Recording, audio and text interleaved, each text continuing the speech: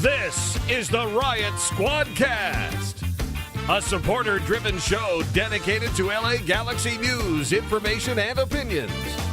Here's your hosts, Ed Rodriguez and Chris Zero Cool Tucker. Welcome to the Riot Squadcast. My name is Ed Rodriguez. Yeah, baby. No, we are here sans Ed tonight, sadly. But I'm still joined by two illustrious Lars members. First, Ed's best friend. You had an hour and a half to think of your opening. I thought he wasn't saying anything. I thought I was going to do it. I started. I don't know if everyone heard that. Because anytime Ed's not here, I usually start it. Andrew just got here, so we didn't even tell him. I don't like doing it. That's my thing. It's too much pressure. Anyways, talk. What's up, sir? How you doing, man? Oh God, life is a weight crushing on my chest. But other than that, I'm doing just fine. Other than that, you're perfect, huh? Yeah. Nice. Excellent. And substitute number one, best friend of the show, maybe? That's fair. That's Andrew Samoa Bob. Since Gilbert doesn't show up no more. Capital Supreme. Gilbert was never best friend of the show. I've invited Gilbert, and he fucking Really? stands us up. It's crazy. Yeah? He got too big for us. What's funny is we were talking about him last time you weren't here, and he showed up in the chat and was like, I'm here. Watch, he's going to show up tonight and be like, I'm not too big for you. He's too big for us we now. miss you. We miss you. What's Gilbert. up, Andrew? I How you almost doing, forgot man? his name. Twice in a row. It happens. Yeah, it's like old days when he used to come on all the time. You just sit in the corner. Yeah. And Google things for us. It's not even a corner anymore. Andrew, you're welcome anytime, man. Except for when I was like, we should get Andrew on, and Ben's like, no, which was earlier this week. 100%. I will show you screenshots under the bus. Because what's funny is Thanks, I didn't say yes. And Ben was like, cool, I'll see you there. I'll see you then. I was like trying to find out, like, someone missing? Like, what time do you want me there? I'm going to be late. I got to play FIFA. Yeah. It's like, no, just show up. Show up whenever you're ready. We'll make it work. And that's what happened. How'd the FIFA go tonight? Terrible. What do you mean terrible? We lost all 3 games. Are we not very good this season? It's a Cobra Kai, so we played Okay. we played in that league, and then we played a team that was going to forfeit, and I thought I was going to get here on time because they didn't have enough players, and then at like the last minute, literally not even last minute, 5 minutes after our game time, they were like, oh, we got 7. So was this not Barcelona that you were playing with? No, it's it kind of is because it's mostly Barcelona members, but it's another team, different team. Barcelona 2. Like, how many teams do you play on, Andrew? 2. Only 2. Yeah, and like Barcelona ended, and now there's a new, and in between Barcelona ending, there was another team that I play on, the Cobra Kai FC, and then now Liga G is having like a mini tournament in between the now and basically PlayStation 5, so. I had to leave. I wanted to stay. I wanted to hang out and keep playing, but fucking school, man, it's too much. And I want to be reliable. You know, I want you to be able to count on me, and I wasn't going to be able to be a regular contributor. Yeah, you're one of the few though. I can put really that wants to be available and wants to says they're down and then shows up. Yeah. That's my only thing. You're one of the few. I'm at a point in my life where I'm trying to remove the stress of like someone looking for me because I said I'm going to be somewhere. Yeah. So it's like it's easier to just right off the bat be like, hey man, I'm not going to be. I can't do it. We almost forfeited against Barachos in the season because we didn't have enough players. We had like 7 people, and then I think in the 3rd game we had 8. How many people are on the team? 15. Damn. Yeah. Like less than half of them are showing up? Yeah. That's why I had to drink a pint because y'all motherfuckers didn't show up.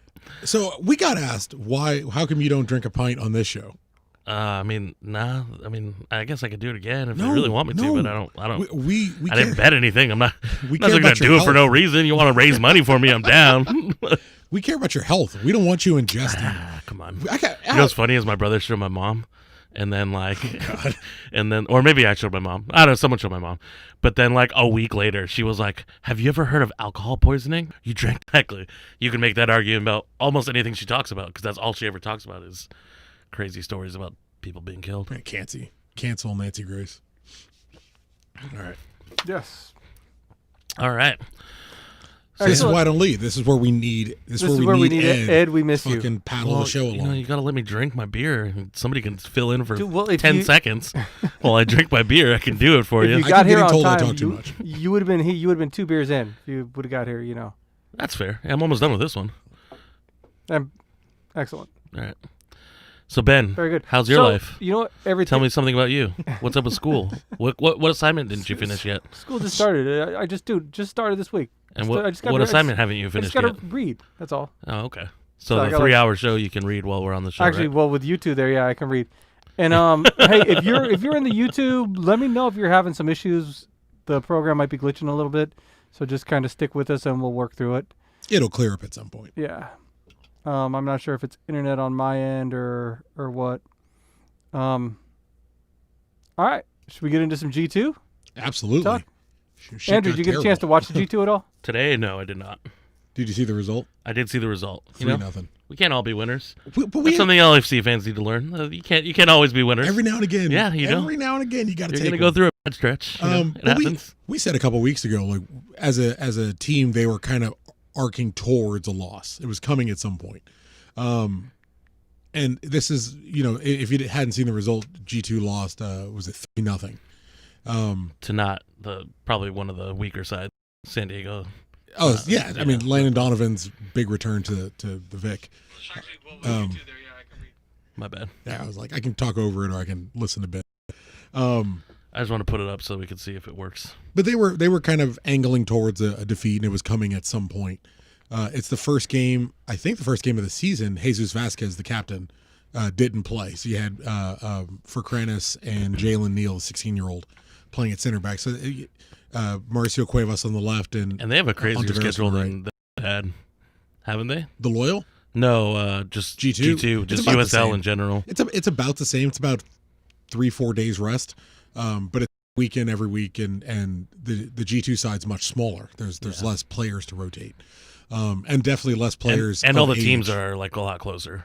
Yeah, and So we have. I think Vegas is the furthest away because it's OCSC, San Diego, Vegas. Played one game against Portland too, who was in Phoenix, Group A. and Phoenix. And Phoenix, yeah. But it was always kind of angling that way, and it's not really surprising that this was kind of the game. Jesus Vasquez does a lot as captain and shows a lot of leadership. So him being out of the side and seeing them go down 3-0, it's not the end of the world. No. Overall, the project is still working. Yeah, it's a project. It's a project, and it's a project that's showing promise and showing direction. So it's one game. It was an important one. I think the game. I think the Orange County match is still good. Orange County beat us last week, or in our last match rather, to take 3-point lead on us for the second spot in Group B. Time of recording, don't know how that match is finished yet. So Orange County SC might potentially open up a 6-point gap. We still have one more game against them and 5 games overall left for G2. Top 2 in each group go through. So something to watch. This defeat was coming. Nice to get it out of the way. Get it out of the way while Jesus Vasquez is getting some rest. So yeah, not the end of the world. No, not at all. Just one match. Wish Mauricio Cuevas scored. Would have loved it if he kept that going. But Yes. it is what it is. Honestly, just put him in the first team. I fucking love Situational free kicks. Let's go. he's just small. The only problem is really, really undersized. Yeah, but he's a left back, right? Yeah, but you're not going to take Itsuo off. Oh, come on. I disagree with you, good sir. I don't remember him being this bad of a defender. He's not good defending. Like he's been decent in his last few games. So I'm not going to take it away from him. And I was like his biggest champion from the beginning of the season or before the preseason or whatever. Mm-hmm. But he's just not very good defending. Even in the LAFC game. Like, that's real simple shit. Like, what Gets are you doing? bailed out. Yeah. Well, we did have. He gets bailed out by Dupuis. Or Depew, man. You're getting bailed out by, how old is Depew? 21? 20, 25. Or I think he's 25. 25? Yeah. Whatever. He's younger than him. He shouldn't be.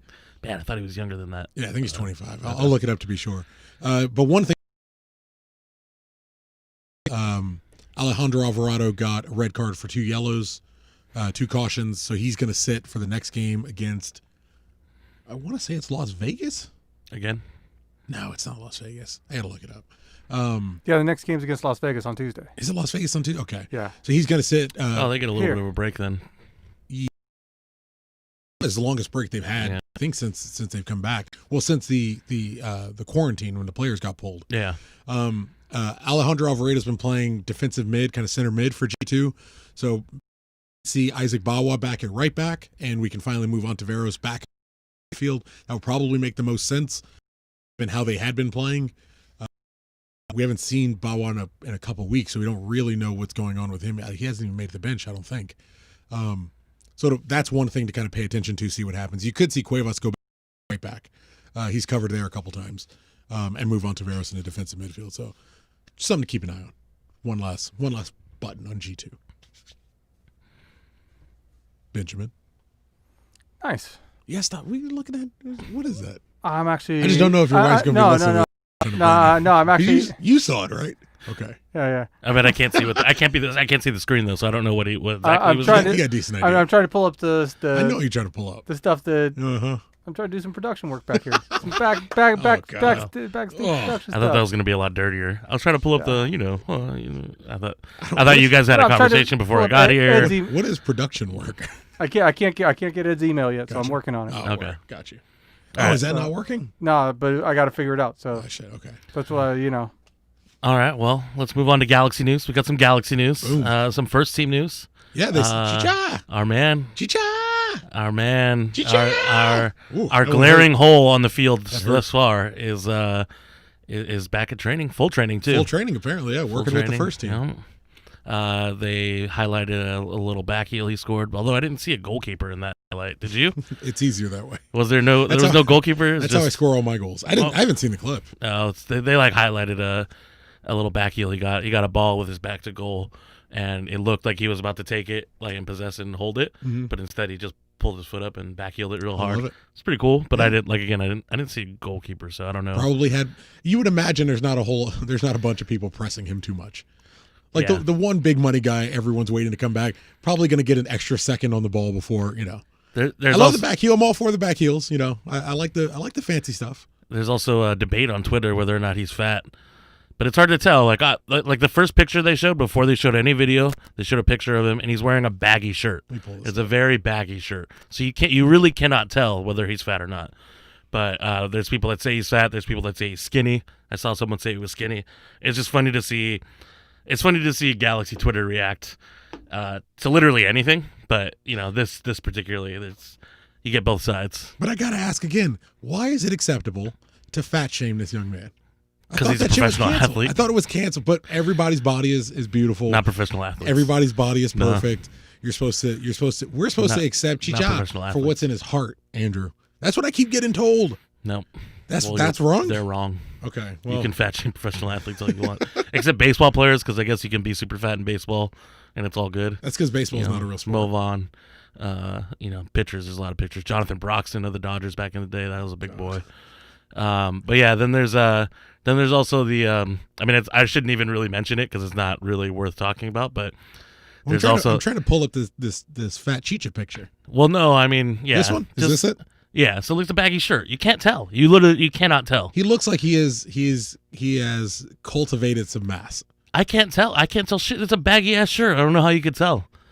He looks thinner than he came back from. And it's not like he has boobs where it's like. No, he looks like he's got some muscle on him. He looks more in shape than when he came back from the original quarantine when they went to MLS's back. That's fair. I'd agree with that. Yeah, he looks in better shape in this photo than when he originally went to Orlando. Yeah, when he originally debuted, and you were like, he looks a little like he looks in better. I'm not saying he's not a little overweight, but he looks like he's in better shape than we originally saw him. Yeah, I don't know. And then you also have Galaxy fans calling for Zubac to stay. I don't kind of disagree with it. Does that make sense? No, stop, Chris. What do you mean? So maybe explain. Maybe I don't understand it. Explain it to me. They're saying we don't need Chicharito now at all because we're playing so well. So are they saying like when they're literally calling for Zubac to start over Chicharito at this point? Zubac is the starting center forward. Yeah. even when Hernandez is completely healthy. Yeah, Well, that's I mean, that's basically what those are called. Thank you. That's Okay. crazy. When you started to agree, I was about to. Well, I agree with. I'm of the opinion we should slow play Hernandez back as long as humanly that's completely possible. different. Yeah, that's what I'm a saying. completely different. But that's a logical point. Yeah, that is. That point yes, makes sense. Yes. You can see how someone who has a brain that's working comes to that conclusion. Yeah. When everyone is fully fit, like let's not get crazy. Yeah, let's for one. Let's slow it down a little bit. And I guess this will touch into. I didn't get to talk. You guys did the San Jose episode. I didn't get to talk about the San Jose episode, but it's similar with the LAFC game, and I guess we can kind of slide into that. Like, we're finally playing in a style. Yeah. That works for him. Yes. I mean, we're still crossing the ball more than I'd like. Yeah, for someone who's got a 5'9" striker or a 5'8" striker. I think he's 5'8". Yeah. We're crossing it at hip height. We're crossing it at knee height. Yeah. We're crossing it at the foot. We're not crossing it in the air. We're not crossing it at his head. And we're also playing through the middle a little bit more. It's a lot more actually. It's making sense. Well, because Leggett is good. Like once Leggett plays well, it works. When he is terrible, it doesn't work. We're finally playing in a way that when Hernandez is fully fit and fully match fit, it will benefit him. That we said from the outset. There's nothing wrong with getting upset at Chicha not being exactly what you want. It's quick. There's nothing wrong with being upset about him, not hitting the ground running in the way that you wanted or scoring a bunch of goals, blah blah blah. If you're not playing to his specific style of play and how it's going to benefit him, he's not at fault for that. He can be at fault for missing penalties. He can be at fault for missing sitters when he has the opportunity to score, but you can't get on him for him not having the opportunity to score. We're finally playing in the way that's going to make sense for him and should benefit him. Yeah. The idea that, when you're not crossing the ball in the air, you're going to play Ethan Zubak with him over alone in the box. That's ridiculous. Yeah. The kid had one shot against LAFC. He's playing center forward. Come on. Yeah. Come on. Yeah. And he missed it, and it was right in front of goal. He was in the 6-yard box. I like Ethan Zubak. Ben, bring the thing for me, please. I love you, Zubak. I don't know if he listens. I got sent this today. I got sent this in the mail just before I came here. I know he knows of you guys. Yeah, he's I don't know if he friend listens. of the show. I love you, Ethan. I'm sure that's amazing. I'm sure he doesn't. Friend of the show, Ethan Zubak, and friend of the show, Robert Mora. Lift it up. Robert Mora, my man. Sent this to my house today, to my dwelling. If you're watching on YouTube, it's gonna come up at some point. Yeah, there you go. And it's signed by Zubay to God, Zubatrick. Zubay. And wait, when did he score a hat trick? Come on. In G2. When? But it's last year. Okay. All right. But it's Zubatrick. Like, are you positive he did? Absolutely. Oh, okay. I showed up to a game where by the time I walked through the door, actually, in the 16th minute, he had a hat trick. Actually, I think I was at that game. You were at too. that game, yeah, sir. That's true. That was the day Kevin Hartman rubbed Erica's belly when she was pregnant with Damien. But anyway, on the bottom, Ethan signed it, and it says I can't even read that. 2-0. Well, I should be holding it to the YouTube. 2-0. Can you read it? Thanks for all the support from day one. And it is a still image from Zubak's first goal for the first team. That should say to Gilbert, thanks for all the support from day one. Why? Because Gilbert was the one. Nah. Yes. Nah. Yes. We're gonna have to go back and listen to old episodes. Gilbert was the one who was all about this dude. You're incorrect. Gilbert, yes. You're wrong, yes. sir. You're wrong. Who had his jersey first? Gilbert bought. Well, I think Gilbert bought a 29 Zubak. I have the last. G2 Zubak jersey. So from when he got promoted to the first team. Who had the first G2 Zubak jersey? I'm gonna text. If he's not in the chat? I'm gonna say, go for it. Gilbert, listen and tell me I'm right. That's all I'm gonna say. Psychopath. This is the thing. If I could remember Gilbert's jerseys, something Gilbert would be wrong. Gilbert got a G2 jersey from him like super early, like probably 2 years ago. Well, then I would imagine. I have the one from his last game, so by default he would have one before me. Yeah. But yeah. Anyways. But he sent it in. And, that's really cool. And Mora took a picture of him signing it and sending it in. And shout out Robert Mora. Zubak's my man. Amazing photographer. We are going to get him in here at some point. We're going to do a nice pre-recorded. So if he needs to take anything out because he gets loose in the lips and he has a little bit of glug. If him or you guys. The party. Yes. We're gonna get him in here and have him. Robert Moore is I think he's the lead photographer for the Galaxy. Yeah, he has been for a long time. Yeah, he big dick swinging over there. Man's got some authority. So gonna get him in here to talk his world as a photographer. Robert Moore is one of those things that like you kind of take for granted when you go outside of the Galaxy. It's like I bigged up Joe Totino and Kobe Jones last week because I had to listen to the San Jose broadcast. And it's awful. Fucking bad. It makes you really appreciate it. I don't want to go over it again, but it's fucking awful. And I said it, I tweeted at the time, like, man, I really appreciate Joe Totino and Kobe Jones because, fuck, this is bad. Yeah. And Robert Moore is kind of in that same vein. It's like, wow, you don't realize, if you go to other MLS teams and look at their photographs and look at the Galaxy's photographs, and this is not even just talking about digital and other stuff, just photographs. It's far and away. And it has been far and away better than everybody else. So it's something that, we don't realize here at the Galaxy that we have such good, people in the office for that. So yeah, big up then. Let's move on to some other news. Maybe Tucker has some inside information. I'm hoping because I haven't heard anything yet about my man. Has anybody heard anything about Yanni Gonzalez? Yanni Gonzalez. I thought it was made public. Like he's got his visa. Like his visa's been granted. Well, yeah, it's just a matter of him getting here. But you haven't heard anything on that end. No, of him being here yet. Because I had actually heard from somebody, and I'm not gonna reveal sources. But I had heard that he was here like last week. Okay. And he was doing the 14-day quarantine, and then I heard from someone else that he's not here yet. So. That would probably make the most sense. Yeah. So I logically, I would say, and I don't know whether he's here or not or where he is, but I would say logically, if like, say like 10 days ago, it came out that he had received his visa. Like logically, you can kind of figure out when he might get announced or when he may suddenly show up. If 9-10 days ago it said, hey, he's gotten his visa, and then it went completely quiet, you can do some of this math here and kind of figure these things out yourself. I haven't heard from anybody left, right, or center what his situation is. That's just how I would look at it. I would just check the days, and it's going to be a 14-day quarantine coming in, so there you go.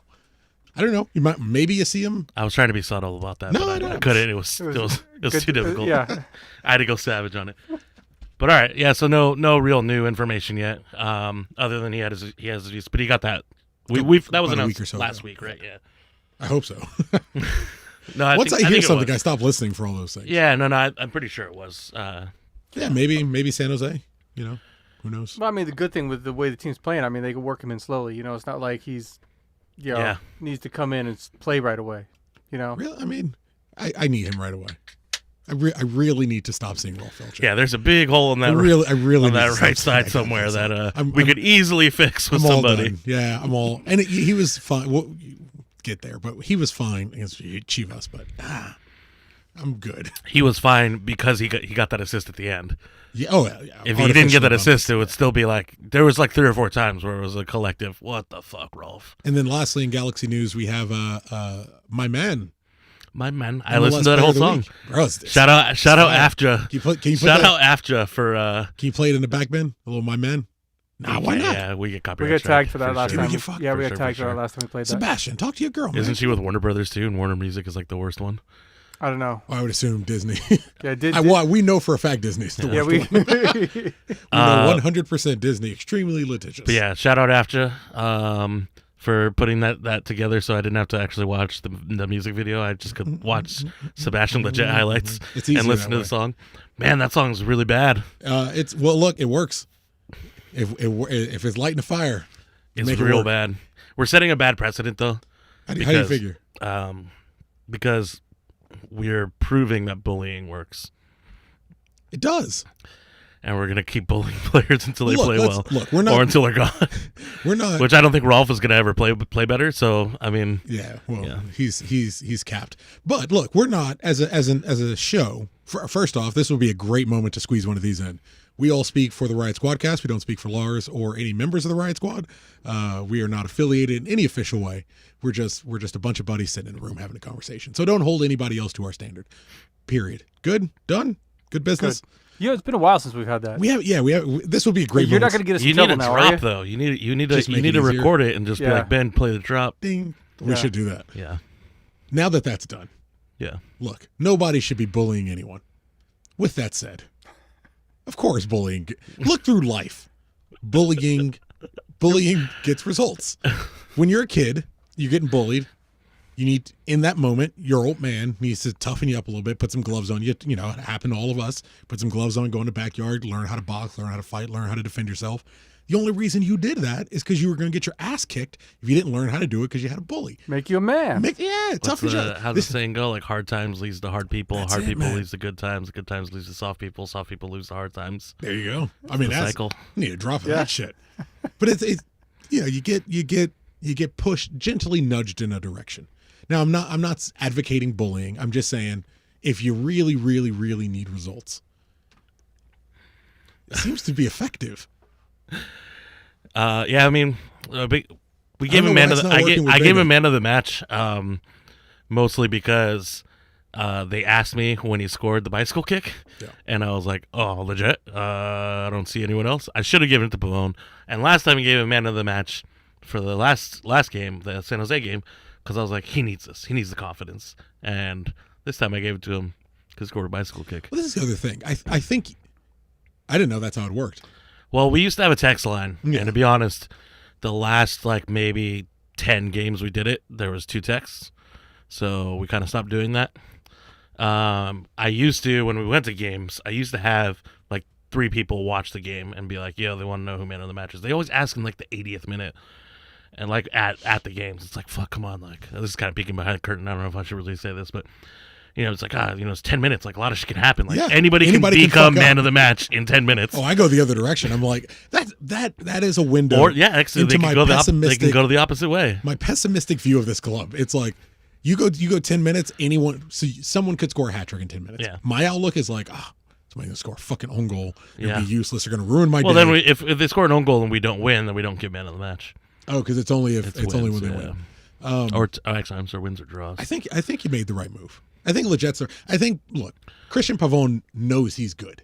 It's hard to argue against someone who scored a brace against for getting man of the match. Against your biggest rival. Pavone probably deserved it. There's other shouts too, but I think as a group, if you ask them, they would have picked Legit.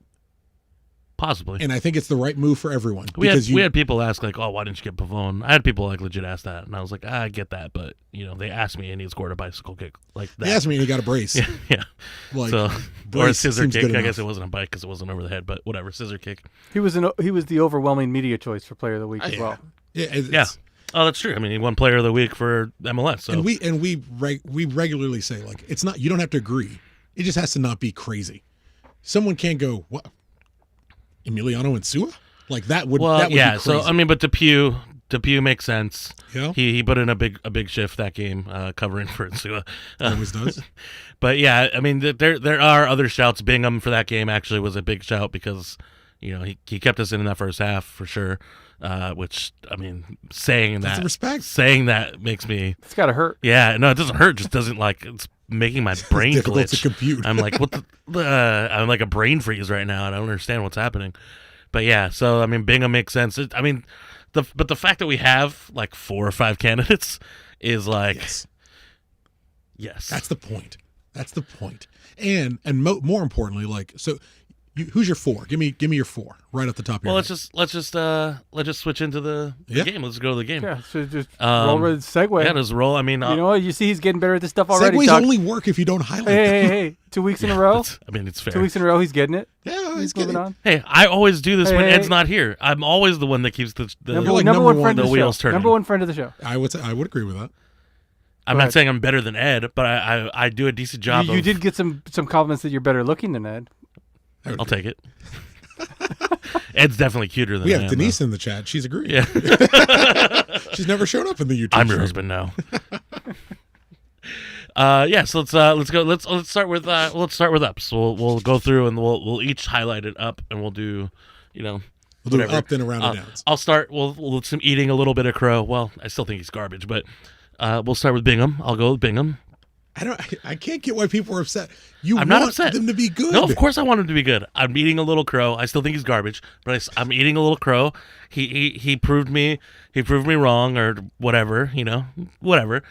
Bingham had a good game. He kept us in that first half. It very easily could have been 2 or 3 in the first. Well, I'd say 2-0 in the first half. I think he had 5 saves overall. Yeah, I think 4 of them were in the first half. 3 or 4 of them were in the I'll for find sure. out for you. I think so. But yeah, he kept us in the first half. We didn't really have a lot of chances in the first half, and he stopped them from getting some chances. Made some good stops, and he also didn't put the ball right onto an attacker's foot. He had 7 saves, 6 in the first half. Oh, okay. Jesus see? Christ. Yeah, see, I knew it was a lot in the first half. And part of the reason why he didn't put a ball onto a defender's foot was that defense was playing well. There was a couple of they were taking some outside chances. Yeah. Well, no, there's also a couple of chances where they cleaned up after Bingham. Mm-hmm. There was one in particular. I think it was Fernandez that took a shot from outside the box on the right side. The far right. Yeah, and he just basically Bingham put it right back in the middle. And they were ready. Yeah. Yeah. Which is just have a conversation. Yeah. That's where you need the locker room leader. You need the maturity. You need the experience to go, look. We got to practice. Look, yeah. We got to practice deflections because we don't know what the fuck's going to happen. Parries into the box are going to happen, guys. At this point, we need to figure out what we're going to do about them because I'm going to do it. It's just the way I'm not going to catch the ball. It's not going to happen. I'm going to knock it down into the middle. The moment you see it coming in, somebody needs to turn around and be ready to clear it out. I'm going to knock it down. You need to go up. I'm going to knock it right. You need to clear it. Someone needs to be ready for the rebound. As long as you're talking, as long as you're ready for it, I would prefer you catch it. Sure. But you're not. But you're not. I prefer and you're also not going to parry it out of bounds. But it's like a keeper with great reflexes. I would prefer you be in the right spot. But if that's not the case, I need you to be quick on the fucking jump. Like everyone, save for Messi, is going to have flaws. Everyone is going to have these holes in their game. I need you to figure out your way around them. And you know what? You have the greatest practice person in Chicharito to practice against that because that's all that motherfucker does. Yeah. Right? You guys all should be on top of your game because nobody's going to be better than Chicharito at finding deflections. Yeah, absolutely. Absolutely. And so Bingham isn't up. Just great point. I mean, he's, as you say, deserving of man of the match. Yeah, there's a good shot. There's a good shot for that. I mean, I think maybe I should have gone with Leggett needed it and San Jose needs the confidence. Bingham needs the confidence now. Yeah, that's probably fair. Yeah, but it's. But I just saw a bicycle kick and I was like, you know what I mean? I had a. But six saves in the first half. A good strong one out of one of these. 6 saves in the first half kept the team in the game long enough to figure out how to get the win. Long enough to Bingham put them in a position to succeed. And that's what you want your keeper to do. Keep you in the game. He gave the defense time to wake up, get their shit together, and gave LAFC an opportunity to fuck themselves and collapse. It's exactly what you want. Ben, who's your up? I would just take it one step further, Andrew. I would just say the whole defense. I would say you were talking about Insua and how he'd look. But anytime that Insua made a mistake, you noticed that Depew went over there, covered. But Insua didn't just stop. He knew that when Depew went over there, Insua fell back. But no, Insua fell back to the middle. There was a couple overlapping runs where he just didn't track. It was just but when he did track back, he tracked back to the middle. There was like communication. It wasn't like all over the place. And this is something that we haven't seen with the Galaxy defense in years, probably 5 years at least, with communication like this. I love Nick Depew so much. But that leaves the question: who is leading? Who is organizing the defense? But it's never been Bingham. No, so I don't think it's Bingham.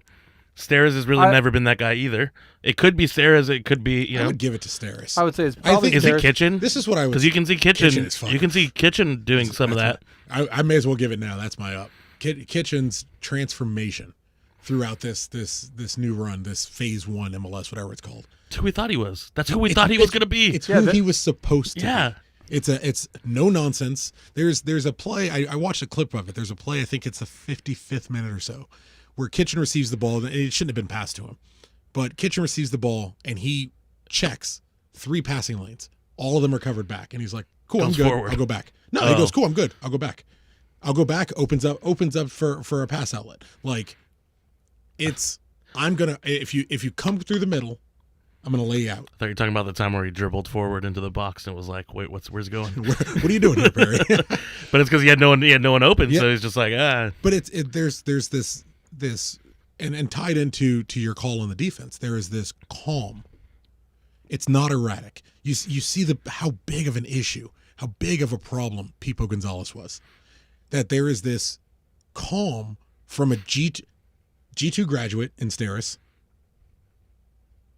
a guy on 4 months in his contract and he's done, slightly error-prone left back, and, G2 graduate kid, not a homegrown player, but a graduate kid of the system, helping out defensively from right wing. There is this calm where everyone knows where everybody's going to be. If a mistake happens, there's someone on it. There's someone covering. I don't know if it's there. As captain, I'm going to give it to him. But maybe it's a little easier as a partner, Depew, than trying to give orders to Pipo, who has played in Europe and played in the Champions League. Maybe there's something in the communication between those two that's not working. Maybe a language barrier. Maybe. I mean, it'd be easy to say GBS, but it's like on-field stuff. I don't think it's. I mean, maybe it is GBS that's organizing the backline, but there's a completely different. It's just a completely different feel to it. Yeah, it's organized. It is. It's organized. Yeah, maybe it's Perry. Maybe it's Perry playing regularly, maybe. And with Jonathan out, he's getting a run of games and he's getting comfortable. We're at a point where when everybody comes back, I want that 4-3-3 with Perry playing deep, sitting over the back four. Like that's if you watch Yanni Gonzalez, you can go to Footballia and watch I think 6 or 7 games of Yanni Gonzalez. I've seen 2. That's the exact 4-3-3 he plays. Like deep sitting defensive midfielder, 2 center mids above him, working to create the attack to the middle. Would be Hernandez up top. The only problem right now is it puts you in a position where, well, I'll take this guy as an up. Leggett is undroppable. At this point. At this point, Sebastian Leggett at attacking mid is completely undroppable. Yeah, you almost can't change the formation because Leggett's playing so well. I don't want to do fucking anything. That guy should get his hair cut on the same day. He should eat the same meal every fucking day. He needs to wear the same jersey. Like, oh, these are my lucky socks. Whatever he's doing, whatever Becky G is doing, or not Becky. If you listen to the song, my man. If you listen to the song, but you don't understand, Andrew. Her man is still her man. Don't make misunderstand. Don't make misunderstand. Is it make? I thought it was get misunderstand. I have no understanding. It doesn't make sense. Yeah, regardless of what it is, don't get misunderstand. Don't make misunderstand. All I know is it's improper English. Yeah, but it works. It works. It works. Leggett is completely undroppable. Yeah. So as much as I want that holding 4-3-3 that seems to work for Kitchen and for Yanni and for Pavon and for Jonathan, we can change nothing in the world of Sebastian Leggett right now. It needs to be Groundhog Day for Sebastian Leggett. Everything needs to stay the exact same. If he needs to, so we play a 4-3-3, an attacking 4-3-3, where at some point, I guess right now you would drop Corona. Joe Corona. And you would play Kitchen and just give Kitchen defensive duties. I like it. It lets Jonathan get a little more forward, gets a little more attacking. But Leggett's undroppable. You can't move him. So defensively, it's going to get interesting when Corona's not there to give that extra cover when Jonathan comes back, because you have to play Jonathan. Yeah, but Jonathan's better defensively than Corona is. I would agree. Jonathan's one of the best tacklers in the league. Yeah. But if Jonathan bailed us out like all last year defensively. Yeah, you can't sit Kitchen. He's playing too well. It's got to be Corona. But Corona's playing well too. Do you think Do you think it's because they gave Kitchen like a specific role? Was he asked to do too much before? It's just a completely different player. It's so strange. It's so odd to see. I think it's just regular game time. It's a night and day thing. Like it really is. I think it's a little bit of both, because I think that he's playing that position he's made to play. Like we talked about it, I think last week, just about he's that destroyer that he's meant to be. He's not asked to go box to box. It's not pretty soccer. It's not pretty. All he's asked is... You know what it is? It's Bruce Arena soccer. It is. It's early MLS Bruce Arena. Like, it's just a white guy who can't really tackle and is going to put somebody not super fast. Exactly. He's not great. If he didn't do this, you'd be like, what would Perry Kitchen do for a living? Collecting for the mob. Real estate. Like, what? No, it's just these like insurance. These Josh Tudela kind of MLS players that are all dying out. Yeah. He's just a guy. He's just a guy who started playing soccer at like 14 and just kept doing it, and then got on a college team and it worked out and he got drafted, and then he moved up and he went to Europe and he went to a team you kind of heard of but he haven't really heard of, and then he came back and he's just a guy. But there's a play, and I think in the 65th, 70th minute, where LAFC's on a break, and I want to say it's Diego Rossi. I'm not sure, but he's coming down the left side, and you see you see David Bingham coming out to meet him, and he's one-on-one with the forward. The forward should score. Perry Kitchen doesn't make a run for Rossi. Doesn't try to tackle Rossi. Doesn't try to take him off the ball. None of that. He goes and he shuts down the shooting lane. Yeah. He forces I'm going to say it's Rossi because I don't want to keep saying it forward. He forces Rossi to shoot right at Bingham because there is no other option going right. He can't dribble right because if he dribbles right, he's going to hit Perry Kitchen. That's an intelligence that we didn't have from him 12 months ago. That's a growth in a player who's usually kind of done growing. But if you're an older MLS fan, like that was DC United Perry Kitchen. That was old, like, fuck, I hate that guy, Perry Kitchen. There is a couple dudes on the team at this point that are undroppable. And Perry Kitchen's name is on that list, which is a fucking insane statement. Yeah. Yeah. I think there's probably more than a couple. There's a lot of guys on that team. Yeah, I was gonna say there's probably three guys. Undroppable. You know there's probably three guys you can drop at this point. Yeah, you go up the spine, though. Rolf, and Joe Corona because JDS is because Jonah's back. Yeah. But I mean, like, I wouldn't move Araujo unless he's going to right back. I wouldn't. Obviously, can't move Pavone. You can't move fucking Leggett. You can't move Steres. You can't move Depew. And Sua, we just don't have another left back. But even in attack. Famous. In attack, though, Insua is night and day compared to anyone else we have in attack. Oh, yeah. It's just that in defense, he just has lapses that I just don't. I mean, I watched him when he played for Liverpool, and I watched a little bit when he went to the biggest club in the world, Real Madrid. I legit forgot Real Madrid's name. And I just don't remember him being a bad defender. I don't remember him being just not a good defender, being with that guy who just attacks. You know what I mean? You know what I like to think it is? It's all a ruse. It's all a ruse. Yeah, he's roping you in because you think you got past him, and you're like, "Fuck yeah, I'm gonna run it straight on goal," and that's when Depew stands there, and he's like, "I'm gonna lay big old white guy. I'm gonna lay you the fuck out. Me and Barry Kitchen, we're coming for you." It's all a ruse. Do you have a down, sir? Downs. I mean, it's going to be the easy answer, so I feel bad for you guys, but Rolf, yeah. I mean, Rolf got that assist at the end, but if it wasn't for that, I mean, I couldn't imagine what his who scored rating or whatever would be. It'd be bad. If you're going one-on-one with Rolf, it's a guaranteed you're getting by him. Well, it's not just the best attackers in the league, too. It's almost everybody in this league. If you're playing on his side, if you're on the left attacking side, you're getting by on Rolf on one-on-one attack, and you can't have that. You just can't. You can't go into a game knowing, if they attack on the left side, then I'm going to get by that right back. So they have to get their center back to come cover me, or their defensive mid to come cover me. Andrew, what do you think his rating was on Who Scored? I don't know. I'm bad at this. I would say 6'2". No, I'd say like 7'7", 7'5". It was 7'9". 7'9", yeah. He got an assist, so it's always going to be artificially bumped. I mean, but I didn't see it. That's like the Audi index points. How do you? What did those? Well, don't those make don't any mean sense. Anything. Yeah, I can at least take a guess at this. At the Who Scored? Do they talk about getting beat one-on-one? Because that happened like 7-8 times. But getting the assist will paper over everything else. I get that, and that's the only reason I would have guessed anywhere close to that number is he got an assist. He had his line on Who Scored was he had 1 tackle, 3 interceptions, 3 clearances, 1 block shot, and an assist. 3 interceptions is even surprising me. He was involved in the attack a lot. Yeah, he was. Actually, he might have got the interceptions in the attack. Now that I think about it, do you have a down? Oh, sorry. Go ahead. No. Do you have a down, Benjamin?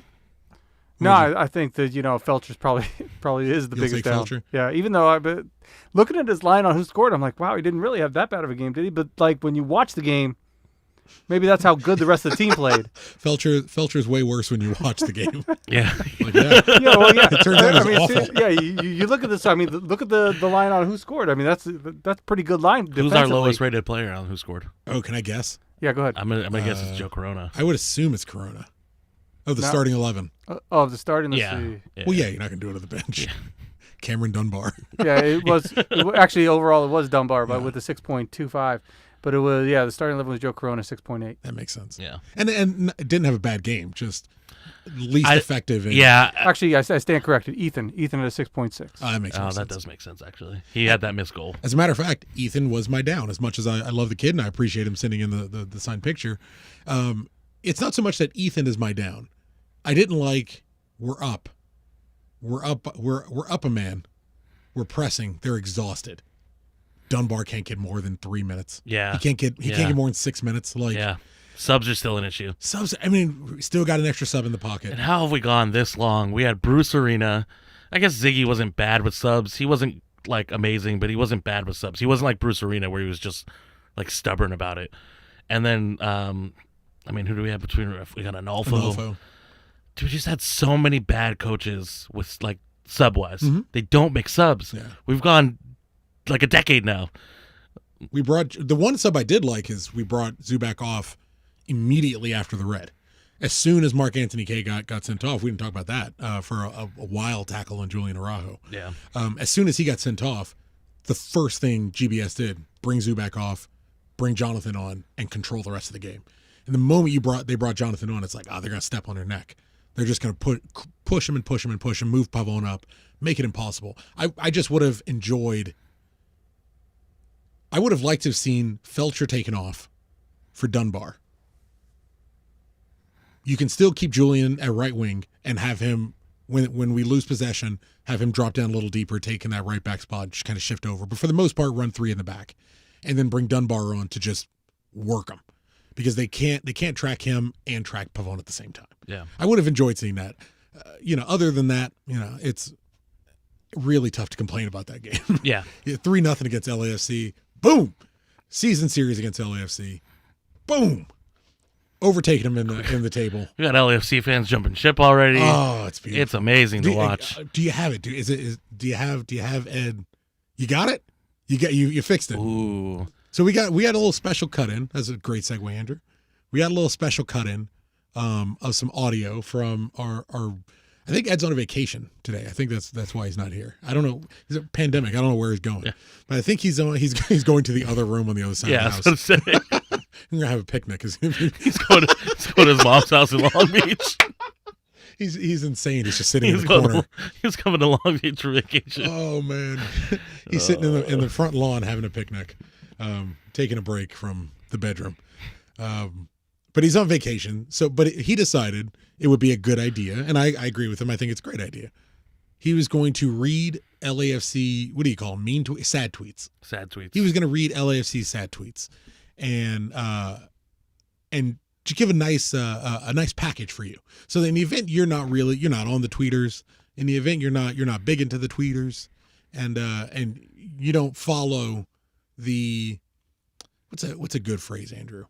You don't follow the mental degradation that these LAFC fans dealt with over the last 5 days. Oh. Ed decided to cobble them all together for you. So Ben's gonna play it in right now. We'll talk to you after the break. It'll take longer than the break because I only talked for 6 minutes straight. As Ben continued to pull up a different machine. No, I got no. There's no play function on here, dude. Andrew's getting ready. Andrew can't breathe. To this week's edition of there it is. Reading Sexy Tweets. Okay, start it again. It sounds like he had a whole intro. No. All right, no, that was it. Oh yeah.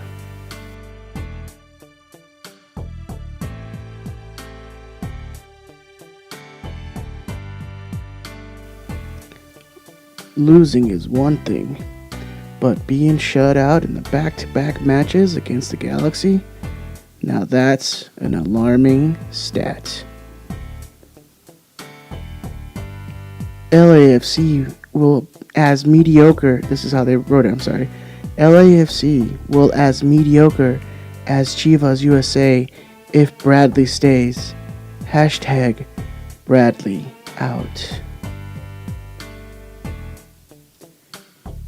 I'm about 2 more wrong decisions before I'm hashtag Bradley out.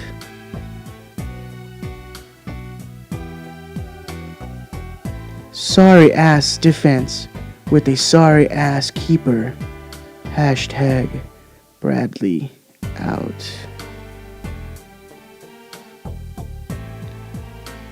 Without Atuesta, not gonna win that many games. Get rid of Rodriguez and get a DP that actually affects the game. Never play Djokovic again. Get rid of whoever let Miller and Zimmerman leave. Crazy how you can just get shut out by the Galaxy 2 times in a row. They actually suck. Fix it up now. Stop acting like Vela is our only option for winning. Start making better choices, or Vela out, I don't care. I'm annoyed at being called the Velas team. It's dumb and pointless. We aren't a one-man team. It's crazy to me the amount of people giving up on the team after some terrible games. What did you expect? The team to always win 90% of its games every season? Wouldn't have happened like this if the supporter section was there. Stand with the team.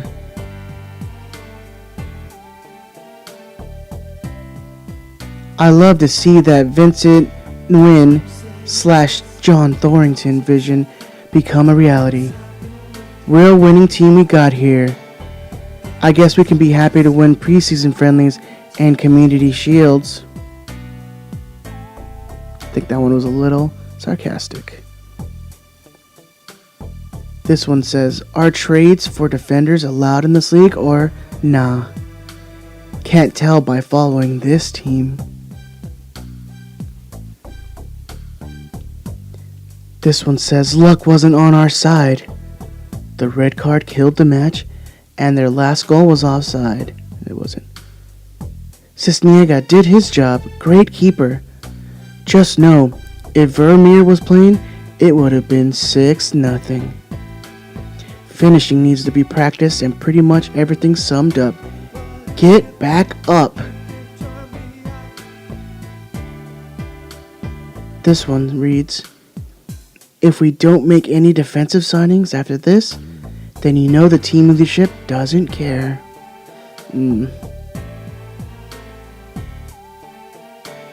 Zimmerman was the heart of the defense.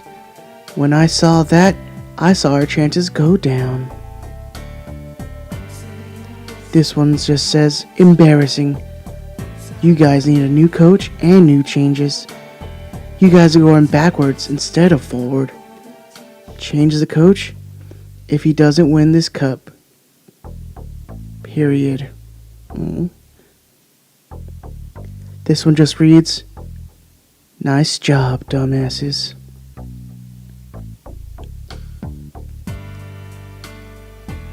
This one reads the following. Man, fuck these at MLS refs. The goals continue flopping. Or the gals, because, we the gals, continue flopping, and they keep awarding them with free kicks, etc. Hashtag pathetic. Hashtag fuck Carson. Oh, the same user retweets again. Bitch ass gals keep dropping like flies. Bunch of floppers. He continues with hashtag bring back Vermeer. Make up your mind, guys. Make up your mind. This one reads, let me give you some advice. Replace Segura, Blackman, and Jakovic with some high school kids. Get a goalkeeper that doesn't give away free goals. And slap K for that stupid foul. Sexy. This one from the ultimate LAFC fan, Dylan Hernandez. In regards to the game and why he didn't tweet, he responds, sorry. Was on the hashtag Lakers tonight. The game people actually watched. Oh, Dylan, you sound butthurt. Moving on to Instagram. This comment just says, "We should sign Bale. That be lit." This one says, "Sign a goalie, you cucks." This one reads, "Everyone needs to stop saying Pablo is the better goalie. Just cost us a goal with that mistake. Keep Vermeer in there. Please bring him back." This one reads, "Get fucking good or something fuck. What the fuck is happening?" Ooh, sexy. What language? This next one reads, "We suck ass and we need changes at every level of the club." This next one reads, "Again, fucking embarrassing. And what's the game being on 3 channels on DirecTV in Spanish? Come on, what a joke." This one seems a bit not PC, but we're gonna read it because this is how they truly feel. "My autistic best friend has better handling and defense than Nahar and Adrian Perez. If LAFC wants to win and get a cup, Bradley needs to go. He has a championship team, but he's not the coach to get them to that level."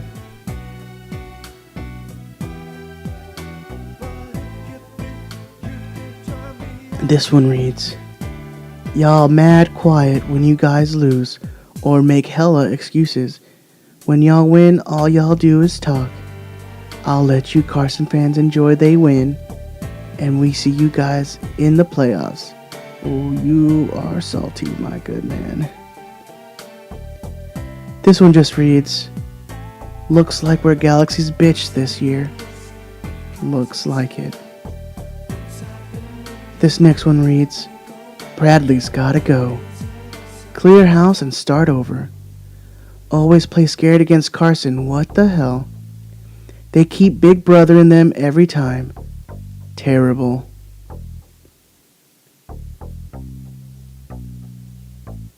This next one just reads, "Yeah, I'm not a LAFC fan. Fuck it." This one reads, "At LAFC, Bradley honeymoon is over. He has lost complete control of the team. We are 1-4 in our last 5 matches. Time to let him go." He continues with another tweet. "At LAFC, Bradley is 2-4-3 as the LAFAC manager against the Galaxy. Bradley needs to go ASAP."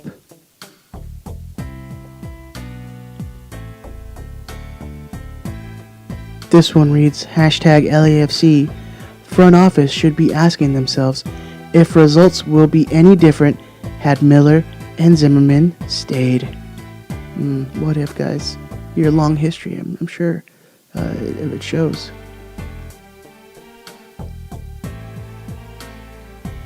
This one reads, "Bradley is to blame. He is destroying this team. How does Blessing go from a center mid to a fucking right back?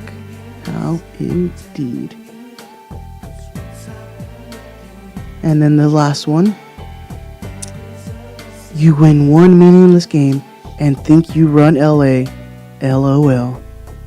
The facts are that ever since LAFC joined the league, Galaxy haven't won ship with a P, while LAFC have won Golden Boot, Golden Ball, Supporter Shield, broke several records, but sure, you own LA. LOL." And that was reading sexy tweets from the Levas. I hope you're as aroused as I am. My nipples could cut diamonds right now. Enjoy that thought. Until next time. Bye. How long was that? I don't know. I don't know, dude. I mean, long enough that we had conversations about what? We had the conversation about the buyout, the Newcastle buyout. Yeah, we talked about the Newcastle buyout. I was able to get up and go pee and come back, and I was like 7 or 8 minutes into it. I almost feel like we owe the listeners an apology because they heard way more of that than we did. They might have loved it. I don't know. We gotta be positive. Thank you, Ed. There's mostly positive comments in the. What? But is it mostly positive because people are enjoying thinking about LAFC fans in some sort of soul crushing pain? Yeah, it does make it a little easier. That's fair. Yeah, my brother wants to know how many takes it took him to read all those. Clearly one. Isn't it obviously one? Have you heard him read the email? I mean, that you guys continue to make him read single time. You see how many times he stopped? Like 15 seconds. He was pre-reading. He's getting it done. He's getting it done. That's fair. All his flashcards. And then, thank you very much. Ed. Thank you, Ed. Appreciate it. That was good. It was nice. Oh. Yeah. Do we have an email? Speaking of emails, do we have an email from Big Tony? We do. I like that Ben pointed to me because I actually do have it open. So thank you, Big Tony. That's why he's pointed at you, bro. We should have had a conversation about it.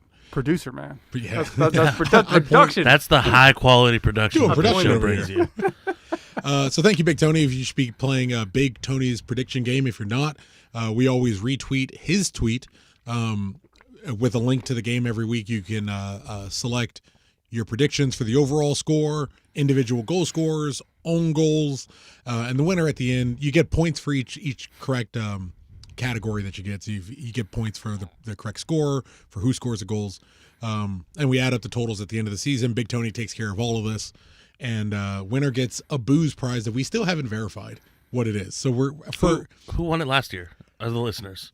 I know you were close. I think they beat you by like a point. I beat Ben and Ed. That's all I really care about. But what did they win last year? They won a bottle of whiskey.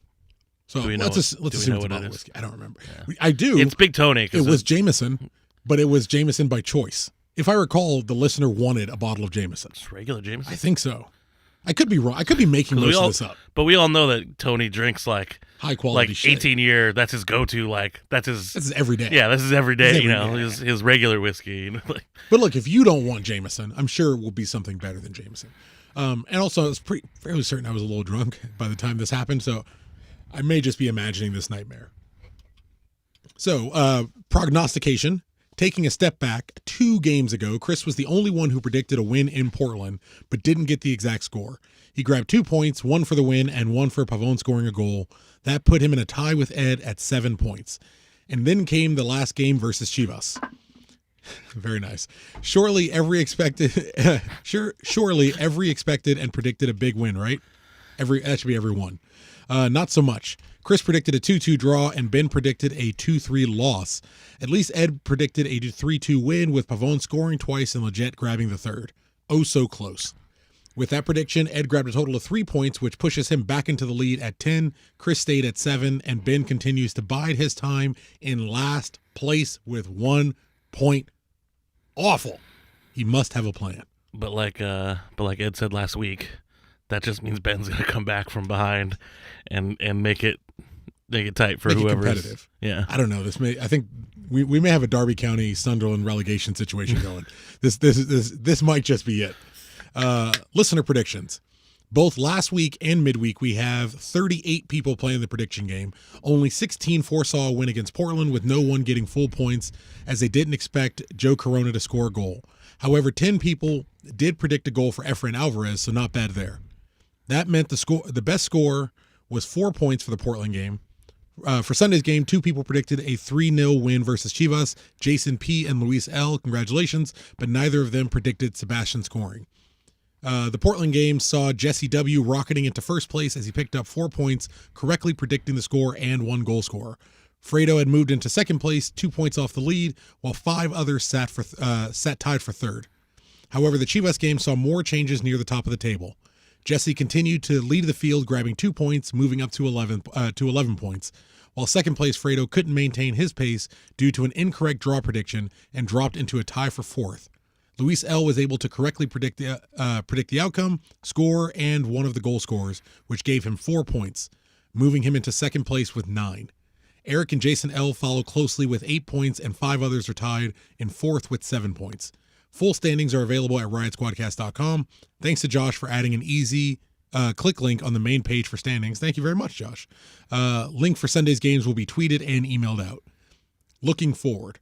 Oh, I slid too far. Looking forward. This Sunday, the G's travel northward to fight another battle for California. You'd think we already settled this, as Los Angeles is California and the G's clearly own LA. Oh well. I guess another game to add to the series. Historically, the G's have been solid against the Smurfs, having compiled a 32, 24, and 15 record. Currently, the Smurfs sit last in the West, having compiled 9 points with a -5 goal differential. Their last win was in the round of 16 in the Corona Cup, where they beat RSL 5-2, who beat LAFC tonight. Since then, they've allowed 13 goals in 4 games and only scored 5 times. The G's, on the other hand, sit 4th in the West with 14 points on a +1 goal differential. In our last 4 games, the G's scored 10 goals and only allowed 4, having won all 4 games, which still doesn't really seem real. It doesn't. It doesn't seem real. At all. And we probably would have beat Seattle, who were only on 2 days rest, but it doesn't seem real. I don't know. I felt that was a super trap game. 2 days rest, and they traveled like 4 hours before, just saying. Yeah, that's fair. I could see why they were eager to not play. That's all I'm saying. Right. Andrew. I could see why they were eager to not play. I like the cause. I like it. I'm down, but I can understand. This is not Tony. This is me cutting in. Believe me. Imagine Tony's like, it's all a hoax. Also, we're back to Tony now. Yeah. Also helping the G's this weekend, the Smurfs travel to Seattle on Thursday to face the second place Flounders. So with San Jose coming in with some heavy legs, can the G's keep the streak going and win their 5th of the season? Thank you very much, Big Tony. Again, you can play the prediction game at riotsquadcast.com. Looks like right on the main drop page is a link to putting in your predictions. 38 people last time. It looks like you can get up to 4th with just a couple good guesses. So riotsquadcast.com, get it in there. That was good reading. I'd also like to give a shout out to all the people that predicted Effer would score 10. It's an impressive number. And it's too late for this season, but I think it would be interesting in the near future. You'd be able to collect more points this way if you did it this way. If you get a point per goal scorer that you call. That's correct. Regardless so of the, for regardless of the goal scorer. Well, you do get a point, but you have to guess the correct outcome. That's what I'm saying. Regardless of the outcome, if you say Pavon's going to score and Leget's going to score, you get a point for that no matter what. If you say Leget's scoring 2 and Pavon's scoring 2, and they score and we lose 4-5, but you said we were going to win 4-0, you should still get a point. I see what you mean. I mean, a little tweak. It'd be easier to get points that way. It's like basketball. It's fun because people score all the time. So it's a little more enjoyable because you get to see it happen over and over. And I think people can make a comeback. There was, if you're not out of it. There was like 2 or 3 people last year that were just way above everybody. Yeah. And I'm sure a lot of people dropped. I do kind of like that because you would like to at least be slow and steady and keep in it. Yeah. Last year you could have been like, oh, well, I'll pick Zlatan every game. Yeah. At least then I'll get 1 point a match. Yeah. And there's a chance I'll get it right. Yeah. There's a chance I'll hit a jackpot and really go for it. I like that. But it's Big Tony's game. Yeah, I default to the man. It's too late for this season. I'm not trying to do undue pressure on Tony, and I don't want people to be like, "Yo, I was ahead," and then they changed the rules on me. Fuck this shit, because I would definitely be that person. Yes, I would be that person. But yeah, next season maybe think about it. Maybe tweak the game, a little bit. I don't dislike it. Or what? Is this the 3rd year of the game? This is season 3. Yeah, the 3rd year of the season game. 3. All right, wild. Crazy. I know. This shit's still around. Yeah, I can't believe one of us. I can't believe we're still around. Yeah. And what? Dude, we're coming up on 200 episodes. I promised Ed 1 year. I promised Ed I would do it for 1 year, and I checked that box. It's all done.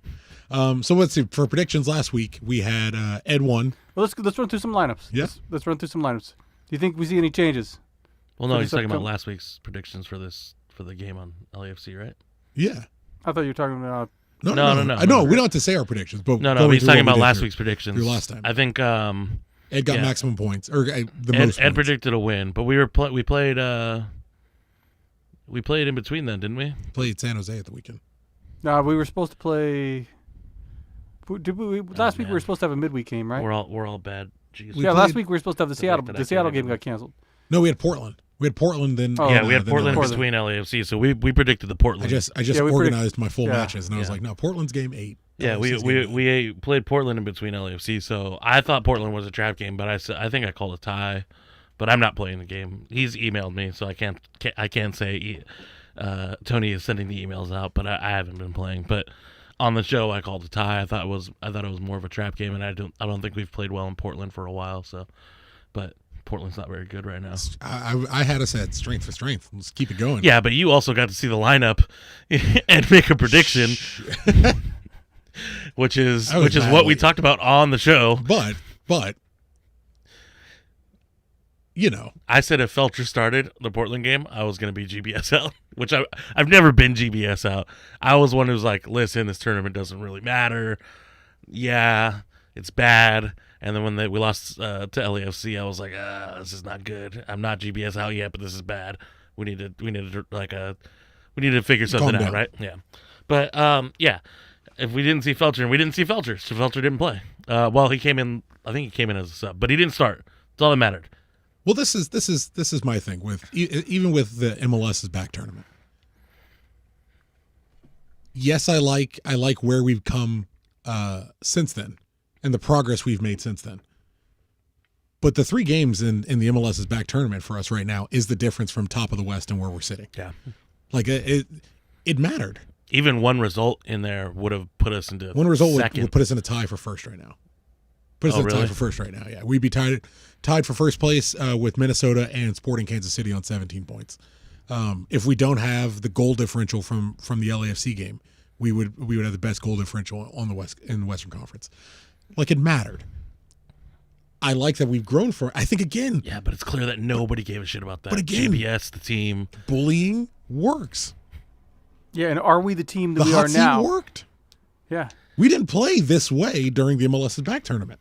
Maybe it took playing the exact same fucking way and getting to a point where you're damn near getting ready to lose your job. Where Leget's getting ready to get dropped. Where Felcher, I mean, God, I don't know, he's still playing, but Felcher basically, I think in the eyes of people who are still Galaxy fans, is like he's done. Completely done.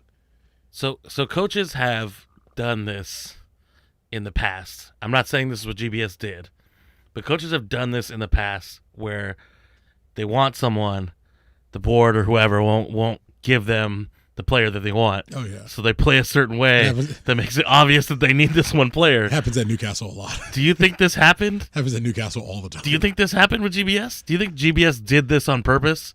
To lean on him? To lean and be like, yo, I need a cam, or yo, I need a wing, or I need something, and then they went out and got Yanni. I don't know. I don't know. It's believable given the dramatic shift in the way the team We is play playing completely now. different. Yes, absolutely. We play how I expected us to come back from the quarantine. Like we play where, at least tactically, it wasn't something that clearly didn't work. Like I expected something closer to what we're doing now. Maybe not, the thrashing of LAFC. Maybe not that style. Maybe not the 11 pass goal sequence against Portland. I don't know how we glossed over that. That was incredible. Because that was not a way. It was More, I think it was more than that. 16. Yeah, maybe I think 16. it was 16 or 17. You know what? Galaxy 2 had a 11 pass sequence like 3 weeks ago. I'm mixing up my beautiful soccer. Yeah, Apologies. But if I expect us to play something similar to that coming into the MLS's back tournament, not the exact way we went out of the season. But if it took that to get here, I'll sacrifice those 9 points. that's what I'm saying, man. I'll sacrifice them. I said going into the tournament, yeah, it's cool to win because you get the CCL spot, Mhm. and whatever. But like honestly, this is preseason. Like we should treat this as preseason because nothing's ever gonna be like this ever again. This is the weirdest situation that's ever gonna happen. Oh, you mean COVID? Yeah.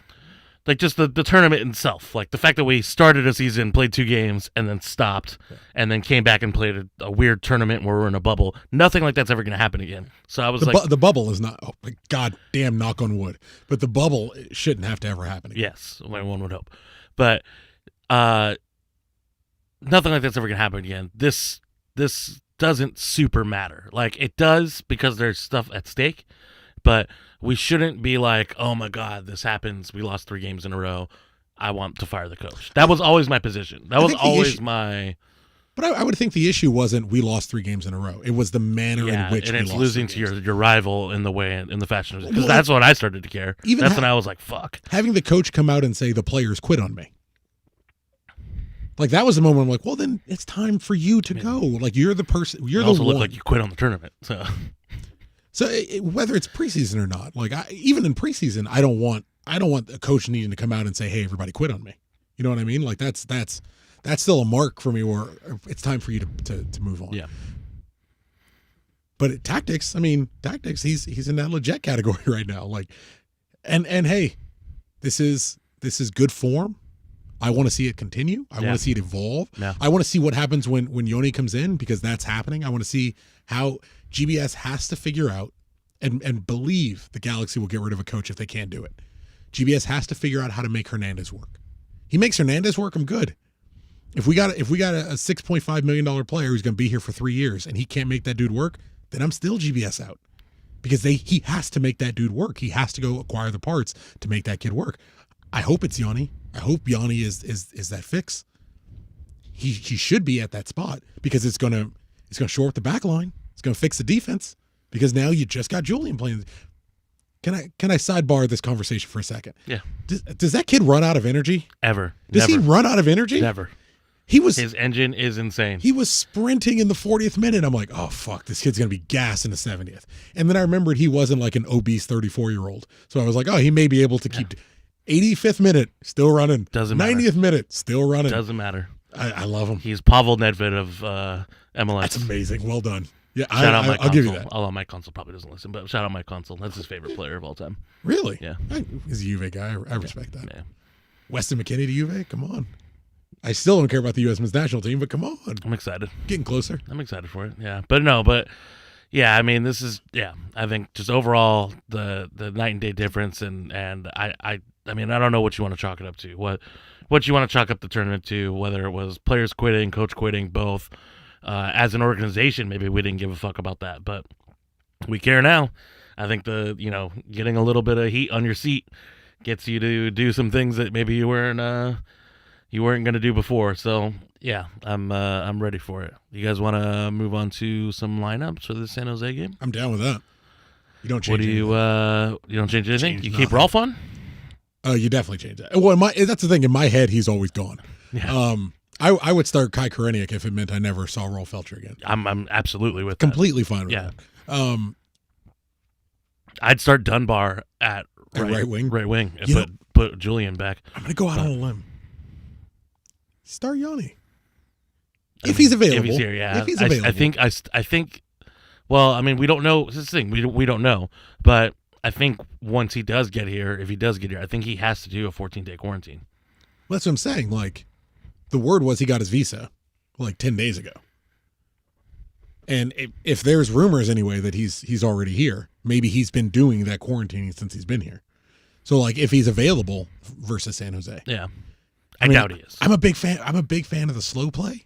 I'm a big fan. It's just like with Javier Hernandez. And I don't want to see whether he's available on the bench or not. I don't want to see him on the field against San Jose. I don't want him playing against a rival team that's got a reason to put a hard tackle in on somebody. Of all teams, San Jose too. You know what I mean? Yeah. Like I don't want some swashbuckling team to come in and put a shoulder in. Almeida don't care. He don't give a fuck. Man. Almeida fuck he doesn't give a shit. So I'm like, I I don't, and I'm my outlook is, and I obviously I get it on Twitter a lot and chichas and I get it, but my genuine outlook is I want to see every Galaxy player, save for Jermaine Jones, thrive and succeed.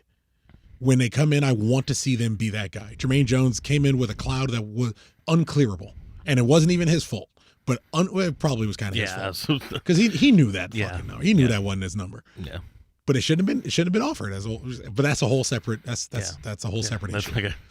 We'll just leave that to keep the it side. on track. But I want Hernandez to be successful. I want Pavone to be successful. I want while he's going through his slump, you want Leggett to be successful. I want Felcher to be successful. I wish Felcher was a good right back. That would be great for me. That would be perfectly fine. It's not the case, so we got to make different plans. The best way for us to get long-term success out of Javier Hernandez is to slow play him coming back. What I love about the current administration is that Jonathan has not started a game. Because if you look at past Galaxy administrations, he would have been starting or getting 60 minutes by now. He would have been starting matches. In the last 2 or 3 years, we would have needed him out of necessity, though. Yeah, well, that's more the thing. Like right now, it's not necessary for Jonathan to start. That's why I wouldn't start him for this game either. But it's seeing. But we do have a week. We do have a week between games, or more than a week. 8 days. I still wouldn't start him. You still wouldn't start him? Still wouldn't start him. All right. What's the need? Corona's playing decent. Corona's playing okay. Corona's playing decent. Kitchen's playing out of his mind. Kitchen's playing out of his mind. Kitchen has forgotten. Kitchen's Gennaro Gattuso in his heyday. I'm watching Napoli again. Like Kitchen is playing outstanding. We don't need him. Play Corona. Say Corona takes a knock in training and can't go. Play Kleshin. It's San Jose is the worst team in the West. Slow these. Is Kleshin back yet? I think so. He was at the he was at the stadium. I don't know if he was. I don't remember. Yeah, he didn't play. He didn't play. He didn't play. LAFC, yeah. But like he wasn't on the bench. Slowly. Oh, thank you. He slowly bring these guys back. Like make it. Take your time. Take your time, and at some point he'll be healthy. It's not about selling tickets right now, so that's not a concern. I don't give a shit about eyeballs. I assume Major League Soccer doesn't because they don't change anything too drastic to ever get above 275,000 people watching, so that's not a big deal. And it's the Galaxy and unless it's us in LAFC. But for the first time, we weren't nationally broadcast, which is super. We weird. were on Spectrum, which is super weird, right? It's not getting the ratings that they want. It's interesting. Well, I think it would, but they wanted. I guess to not do it. You know, we played a game with them a week and a half in between, so maybe I don't know. But then why schedule it? If it's not all about the ratings, like why are we playing them 3 times in 10 games? Because it's phase 1. Does MLS really know what the fuck they're doing? Come on, let's be honest. But I would love to see, for the most part, everything stay the same. Given that it's San Jose, start Efrain Alvarez on the right. For the most part, when Efrain came in, it wasn't really on the right. Lletget kind of moved out to the far right side, and Efrain tucks on the inside. That's okay, as long as that works. Yeah. Zubac could use with some confidence. Will we ever see Gordon Wild again? I don't know. I think now is the time. I'm nicknaming him Buck Wild. And when he scores, Andrew, we all go Buck Nasty. You go Buck Nasty. We all go Buck Nasty. Yeah. But I'm going with Buck, my man Buck Wild. I don't know. So, like, what changes do you actually see? Like, legitimately see, not what you want. What do you see? Araujo to right back. Efrain on the right. Bingham, Insua, Depew, Steris. Just keep everything the same. Araujo. Keep everything the same except Rolf. Pavone, But who do you put at Rolf's position? Efrain. Yeah. Efrain. I honestly, I would love to see Pavone on the right and Koreniuk get some minutes on the left, but don't confuse things. Yeah, that might rock the boat a bit much. Yeah, when everything's working, just leave it. I mean, that's the argument for Zubac, and it might end up being a great game for Ethan because San Jose is so poor. Maybe he can get a goal and get that confidence back up. Maybe it's going to be more than one shot over 90 minutes. This should be a team, even with 11 men on the field, that we should be able to put some real pressure on. Keep it going. Shoot often, shoot regular. Someone needs to smack that kid in the head and say, you need to win some aerial duels because you won 0 against LAFC. And that is the sole reason you're out there instead of Cameron Dunbar. Yeah. That's the sole reason you're out there instead of Gordon Wild. That's it. Because you're more physical. Because you should be more physical. Yeah. He's still like 110 pounds. He's small. But he's got the size. He's tall. He wears a schmedium. Yeah. He wears a schmedium. He needs to get physical. He needs to get in there. So this could be a good bounce back game for Ethan. To your point, you drop Araujo back. You probably start Efrain Alvarez at right wing. Call it a night. Don't fuck shit up if you don't have to. Maybe you know what? Maybe you start Rolf because it's San Jose, and you keep what's working. Yeah. With an extra week for Julian to work on right wing. Although I don't know what he needs to work on. At this point, I wouldn't even be mad if Rolf started again. I wouldn't be good. mad. I wouldn't be that mad. I mean, I wouldn't like it. Like, I still think there's other options. I still think you can put Cameron Dunbar or Ephra in the game and drop Julian, but does that change the dynamic of our team too much? I don't know. But, I mean, I still I still see Rolf giving up goals. Julian takes over that. Rolf Felcher against LAFC played a right wing back, and that is the way Julian plays. He still could have very possibly given up goals. Absolutely. Every time they shot in the first half was on his side. That's what I'm saying. Whether you drop coming from his side. Whether you drop Julian back or leave Julian at right wing, for Julian it's the same game. Like for Julian, it's the same game. Like that, but that's the benefit of having that piece where he's comfortable. Just serving in dimes, getting assists from right wing. He's comfortable there. He's comfortable starting at right back. He is that kid where it's like, how do I get on the field? And that's what you want. That's what you got out of Dunbar. How do I get on the field? That's what heart, man. That's what you're getting out of Ephraim. Heart. He's 18 years, 18, 19? 18. 18? He just turned 18, right? No, he's 17. He turns 18 in October, I think. I thought he just turned 18. Check. Anyways, he's a teenager. And he is our heart. He is the heart of our team. He is absolutely what our team needs. He's our engine. He doesn't quit.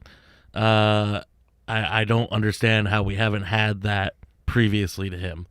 And if the FO is listening, which I know some of them do, you need to sign players like that. And if they come from our academy, you need to bring them up because we need that. We need that sort of leadership mentality, that toughness, that not quit attitude. Fuck that. Like, we're going to win this game. We're going to come back. Mauricio Cuevas.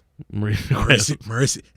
Everyone go look up Mauricio Cuevas right now. That's the guy you should be bothering the Galaxy about. 100%. That is the I'm telling next. You, situational free kicks, bro. Bring him up. That's the next dude we lose from the academy. His name is Mauricio Cuevas. Like, there's a lot of talent down on G2. That is the guy. I saw a rumor that Julian's Leon, some Mexican team was making an offer for him. Maybe Santos Laguna. No, I think it was Leon. Made an offer for him. But I mean, I saw it on Instagram, so it's even less credible than Twitter. So who knows? But don't let him go. Especially don't let him go to like Mexico. I know that the goal is to move him on and make money off of, selling him. But don't sell him to Mexico. Let him go to Europe. I don't think you sell him anywhere. He's not a homegrown player, so we're going to split his money with Major League Soccer. Mm-hmm. So if you can hang on to him, then MLS will sell him for sure. Then it won't be up to us. we are MLS. That's fair. We tell you that's where fair. People are going. So See, that's what I'm saying. It's like LAFC fans haven't realized that we legitimately run this shit. They forget. Since you've been here, you didn't know this. I mean, yeah, some of you were Chivas fans and you knew it then. But now, I think now you're starting to realize. You're starting to, you come around and see. Well, we are daddy. This is. We have been daddy since the dawn of this league. Hey, well, look, from I'm your husband now. From from looking at it through their eyes as best I can, playing devil's advocate. Let me say that. Playing devil's advocate from their perspective. They came into league 2018. We didn't make the playoffs. Next season's 2019. Their supporter shield winners. We played 90 minutes. Or we play 90 minutes of a playoff game, get knocked out by them. If you only started following Major League Soccer, if you're actually not Chivas USA, whatever, if you only started following Major League Soccer, you can't understand why everyone's like, it's a fucking Galaxy. If they weren't Chivas USA fans, there were Barcelona, Real Madrid, Juventus, Chelsea, Liverpool, Man United. They're all the top teams in Europe. Bayern. They support those teams. They didn't give a fuck about MLS. Newcastle. They didn't give a fuck about MLS. I said big teams. Shamrock Rovers. They didn't give a fuck about MLS. And now they're in MLS and they're like, oh look, we're the big shit. Like that's what they're expecting. But you're very soon and actually already now in the midst of being mediocre, which is something that happens in MLS and it's going to happen to you. It's already happening to you.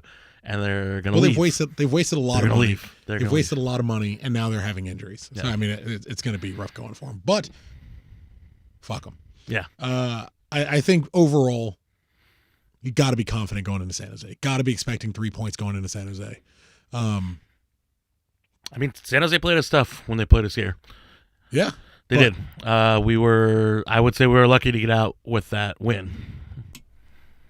What do you think of the concept that maybe like in boxing, matchups make fights? I mean, same thing here. San Jose gets up for us Not just do they get up for us. There's the style of play that they play. You know? Well, see, that's what's crazy is we talk about that man marking system that Almeida plays. Shouldn't that excel with Pavone? Like, shouldn't we be able? Pavone's going to beat a man. Yeah. Well, you shouldn't play him. You shouldn't play him, man. But that's that their man marking system is. That's what it is. It's like a weird press. Yeah, that they man mark. High press. Yeah, it's weird. It's not a normal thing, and that's how they've been able with a shitty roster to. They still have some players. What's his name? It's gonna kill me. Number 6, Shea Salinas is still playing on that team. Tommy Thompson. Is it Tommy Thompson's like a wingback now or something? They're like still that. playing on that team, and those are garbage MLS 1.0 players. They're not good. But Tommy Thompson got eaten alive by Christian Pavone. I mean, yes, which was why we were advocating for Dunbar to get brought on, so that you could put Dunbar speed directly against Tommy Thompson, who Christian Pavone spent the entire game, destroying. But San Jose is still San Jose. They're going to play long balls. I mean, it's hard to be like, yeah, we're going to beat San Jose. In our best years and their worst years, San Jose still gets up for us, and it's hard for me to be like, yeah, we're going to wreck them 3-0. I want it to happen. It looks like on paper it should happen. Well, in the immortal words of Chris Tucker, this is their World Cup final. Oh, it is. Did you fucking see Mark Anthony Kaye saying that the Galaxy playing LAFC is the World Cup final for us? It's like, you crazy. Mark Anthony Kaye said that? Not just some random fan? No. The idiot with the armband who got sent off in the match. Really? Said yeah. Well, let me see if I can find that shit. He said El Tráfico is the World Cup final for Galaxy fans. Dang. Son, we got rings. We got rings. Hey, Tuck, they give out rings for a supporter shield? Fuck no. They give a plate. No. They give a plate that 50 owners split. We got rings, son. What you know about a World Cup final? Tuck. The only year MLS had a balanced schedule, who won supporter shield? USL, fucking Canadian ass motherfucker. What? Sorry. The only years that the MLS had a balanced schedule, who won the supporter shield? 09 and 2010. LA Galaxy. Only supporter shields that matter. Everything else is paper plate. That's it. There's 2 supporter shields in the history of Major League Soccer, and I got both of them. Both with an F for fuck you, Mark Anthony Kaye. It's very much like a transplant to come in and say what LA cares about. Transplants coming into LA and being like, oh, all you guys care about is tacos, or all you guys care about is being seen and meeting celebrities. Nah, you're a transplant. You don't know shit. You want to see a celebrity? Mark Christian Pavone. You want to see a celebrity? Mark Zlatan again. That's ridiculous. That's such a ridiculous statement. You want to see a celebrity? Travel 13 miles south. I'll show you a celebrity. Because you can't get nobody to show up to your games. Who hasn't already been around? Because we got your big boss. We have your big boss. You can see a big boss wearing a Galaxy jersey, wearing a Galaxy hat. Mr. 3252. Oh God, these fucking people, man. That's crazy. I didn't know Mark Anthony Kaye said that. Fucking people. I mean, I had read one of the tweets that said like, "Oh, you think you run LA now because you won 1 game?" Well, I mean, actually, we won 2 in a row within a week. 124 against your club, sir. Dating back a couple years, we've won 24 for the record. If you're counting, here it is. Mark Anthony Kaye. It is the Galaxy's World Cup final when they play LAFC. That's so ridiculous. That's so ridiculous. Yeah, that's absolutely ridiculous. But that makes us. I mean, he doesn't know anything about our club. That makes us. If I'm going by the logic of the gentleman, congratulations on your World Cups, gentlemen. I forgot to celebrate it. Just hold it up. Yeah, I forgot to celebrate it because there's only 1 cup that's worth celebrating. Oh, here, I got it right here. Yeah, there we go. Here, I don't want to knock the jersey down. So there you go, Mark Anthony Kaye. It is the World Cup final. Anyways. To San Jose, it really is the World Cup final because that's something we've been saying forever, and it is absolutely true. Because I mean, yeah, because it just is. That's all they care about. They could lose every game, and they lose. They get close to that. They could lose every game, and like I said, they do get close to that. And if they play well against the Galaxy, they don't even have to win. If they tie, if they get a tie in the 90th minute, they're happy for all year. Yeah. All year. For all year. So let's do some predictions. What do you got? You want to hear the... Give me the bet line. Yeah, let's hear the bets. The betting line, huh? You sure? Yeah. Uh-oh. Uh-oh. What Is it were bad? you going to give me? Let's say that. I was actually the Let's do betting line. that. The betting line in the Discord looks very similar. And the cute picture of you in the Discord with your son that you sent, I don't adorable. even remember it. I sent a lot of pictures of Damien. He's a beautiful young man. So Oh, yeah. the Galaxy turns out are favorites in this game. Of course Go we are. figure. Sense. I mean, yeah. I mean, barely Grown man favorites. shit. Galaxy are a plus 130, whereas San Jose is a plus 175. Andrew, you care to explain that to Chris? No, go ahead. Do it. You do it. I still don't know how he doesn't get into this one. I didn't even say I don't get it. Why are you listening to him? Oh, okay. The draw is a plus 275. The best line you can get on the Galaxy is a plus 137 right now at, where is that? Oh, it's at Bet Online. So if you're interested in betting the Galaxy, that's the best odds you can get. The over-under right now is at 3 goals. So the predicted goals that they have is San Jose 1.4, the Galaxy 1.9, which, It's about right. It's all good. close to the odds. Yeah, so you take the Galaxy, the over, you're going to make yourself a little money there. Tucker, what do you think? I think you were more wrong than I was about LAFC, so you have to do your prediction first. You Yeah, know did what? we get LAFC predictions? I Ed mean, he said won. it in the email, but did you? Whatever. Ed won. Ed You had guys a didn't win. get it on the show, is what I Yeah, mean. Ed had Ed. No, we all contacted him individually. Ed had a win. I had to draw, and Ben had a loss. So Yeah. Ben's got to go first. You had a loss. So- And you can take I Ed's did. You spot. have little faith. I know you. Disgusting, isn't it? This is where Disgusting. this is where I'm torn. The last 4 games, I predicted losses all 4 games. Mm-hmm. They've won all 4. What do I do here?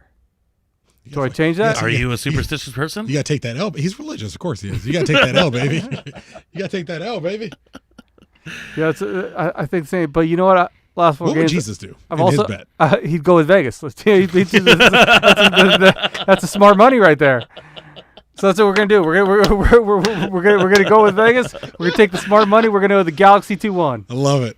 Oh, you would go with Vegas. Yes, Amazing. and I'll call. You know what? I mean, you got to call Pavone. That guy. I mean, he's scoring every. Pavone game. at the double? I'm gonna say. You know what?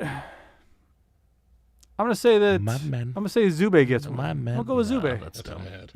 Yeah, I'm gonna go Pavone and That's dumb. Zube. I actually agree with him. I'm going to go for a slightly larger lead.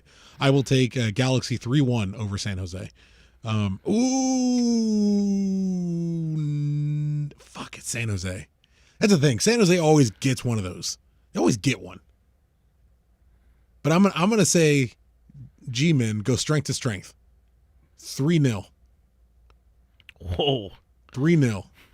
Fuck San Jose. You were all like, "Ooh, I don't know," and then you went 3-0 Well, no. instead of Oh, no. 3-1. My three was always the I don't know is whether we keep him out. But I got faith in Depew. I got faith that I think Julian may start right back. And if it's Julian, Big Dan Steris, Depew, and Insua, I think they can keep him out. It's San Jose, and they always kind of find a way to score against us, which is why I want to give them that one. But I don't know. I want to keep the good feeling going. I'm gonna try to keep this positive energy cast. Do we know where this is being played? I'm assuming It's It's gotta be at Avaya. It's in Being Avaya, Yeah, right? it's at Avaya. Gotta be Yeah. at Avaya. Well, no, it's no longer Avaya because Avaya pulled their Oh, sponsorship. that's right. Yeah. It is Earthquake It's Stadium. Earthquake Stadium. Yeah, that's right. So yeah, I'm gonna say 3-0. I'll take. You gotta take Keyshawn. You gotta take him. I'm gonna say Pavone. My man. Don't make It's a me NorCal team. understand. He's got big rocks on my hand. My man. No. I'm gonna learn the Spanish part to that song. Is there a part in Spanish? I no. You haven't listened to it? When I hear it, but then it's just like I listened to it when After put legit highlights on it, so I had to listen to it. I just hear every time it plays, I just hear this like. It's just like my mind just shuts off until it's over, and then it's I like come the back. last verse. It's really not that long of a song, but it's the feels last like verse. It's in forever. Spanish. It's in Spanish. feels oh, it so does. long. Oh, absolutely. Pavone, Zube. and Efrain. That's a gamble because I'm not certain he's going to start. Or play. Let me take shit. I mean, you know what? Let me switch out Ephra for Dan Stairs. It's a good shout. That is a good call. Yeah, It's been a little while. it's been a minute. Part of me wants to say Nick. Part of me wants to say Nick, but Dan's better. Dan's better. Dan's shoot. better in the headers. He's a better guess. Yeah, Dan's better in the headers. Yeah, for sure. Big Dick Dan Stairs. The few would be too much of a Hail Mary, especially with Zubac on there. I watched like 2 Nashville games. It's super random. I watched 2 Nashville games. I miss Romney. Romney would be so good on this Everybody's team. a fool, man. Romney was the pressure on Insua would have made him better. Yeah, absolutely. And that's what I was just about to say, is that Romney could take Insua's spot if he, if he's too tired at the end of the game, or, he got to sub him in, whatever. Why do you think I was so mad last year? Where it was like, you brought people in who was awful, and Romney was better than him. Like, traded him away. You burned almost $800,000 on garbage, and you currently had better, got rid of better, and then played garbage over better. It doesn't make any sense. Yeah. That's cool. I'm letting it go. I got Nick Pugh now. Zen. That washovers.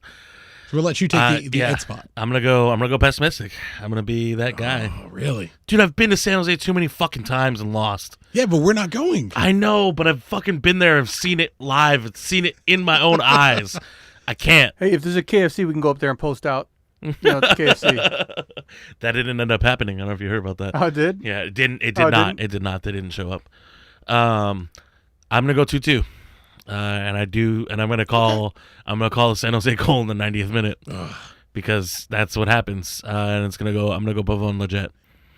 I think we play tough, and in the second half they get a goal early, and then they're gonna get a second goal before they leave. Everyone, and they have the cars now. I don't know if you saw that. I saw that's awful, and it's so dumb. And they kept doing it. Like, it wasn't just like the highlight that people were showing, like, oh, they scored a goal. It's the whole game. We're gonna honk our horns. That's fucking annoying. They kept doing it. They just kept honking horns for no reason.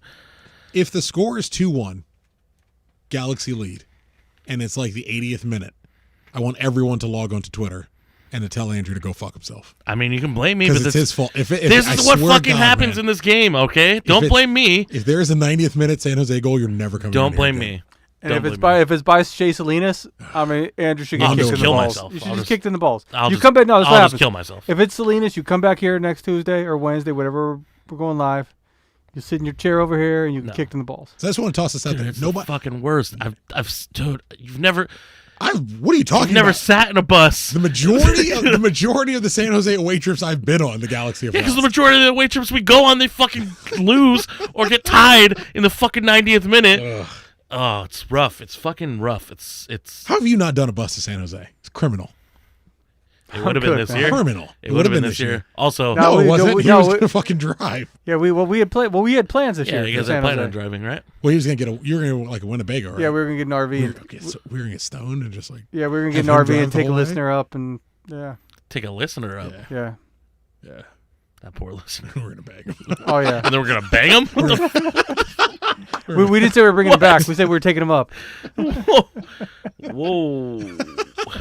All right. That listener is Gilbert. That poor. It's the only one I feel like I can get away with that joke. Yeah. So that's my pessimistic. I mean, I hope we win. 5 in a row would be incredible, inconceivable. We had 5 in a row last year. Inconceivable. We had 5 in a row between March and April of last year, and then immediately went on a 4-game losing streak. 5 wins in a row. 5 wins on the bounce. Fuck, did we really? Between March and April. Yeah, that was part of our great start last year. Mm-hmm. Yeah, remember we had. I remember we starting good, but I don't remember 5 wins in a row. 5 in a row. That's wild. Anyways, between the beginning of March and I think like mid-April, 5 in a row, and then 4 losses directly after. So yeah, 5 in a row would be great. 5 in a row, and for the record, 5 in a row, not just 5 in a row, but 5 in a row that began when LAFC Felix decided to make his counter.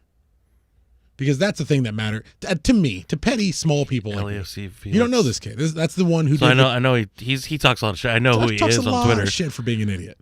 He started a counter for how many days it had been since the Galaxy had won a game because of COVID. It was coming up on 300 days since we had recorded a win. Since he made his counter, the Galaxy have done nothing but win games, starting against LAFC and most recently being against LAFC.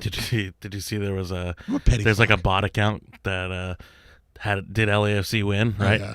And then no, and then he immediately wrote, if you like or retweet this, I'm blocking you. I'm gonna like it right now. I'm gonna like it right fucking now. Oh man. So what's next, Benjamin? I feel like after a LAFC game, this episode has been not that like going in on it. Like we haven't really. Well, It's because we did it. We haven't gloated. We did it like 2 we weeks haven't ago. chest out. We're not all chest out like. Oh, you want? I give you chest out. You want chest out? What happened to all the people who were calling them the best team in the history of Major League Soccer 3 weeks ago? Yeah, Taylor Twellman. Where are they? All the broadcasters in all of the fucking channels in all the fucking world. Like all that's happening is that you're getting a refill of the swaggadociousness.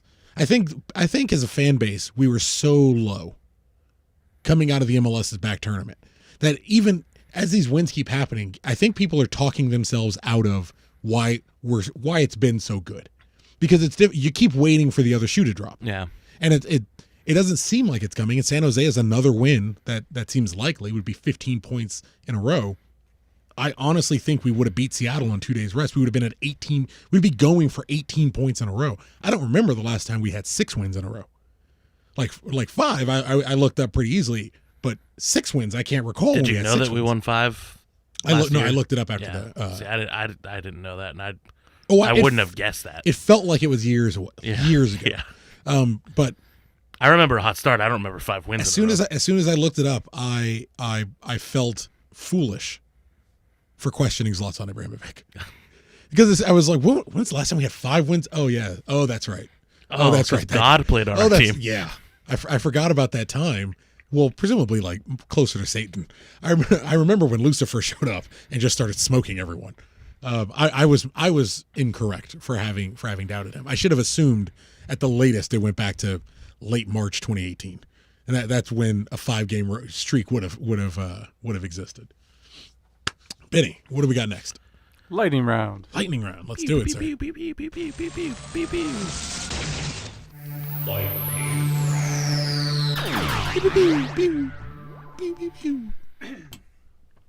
We're going to start with a question that came in to us on Facebook. You got somebody probably started at like episode 175 and was like, why do they do lasers instead of lightning?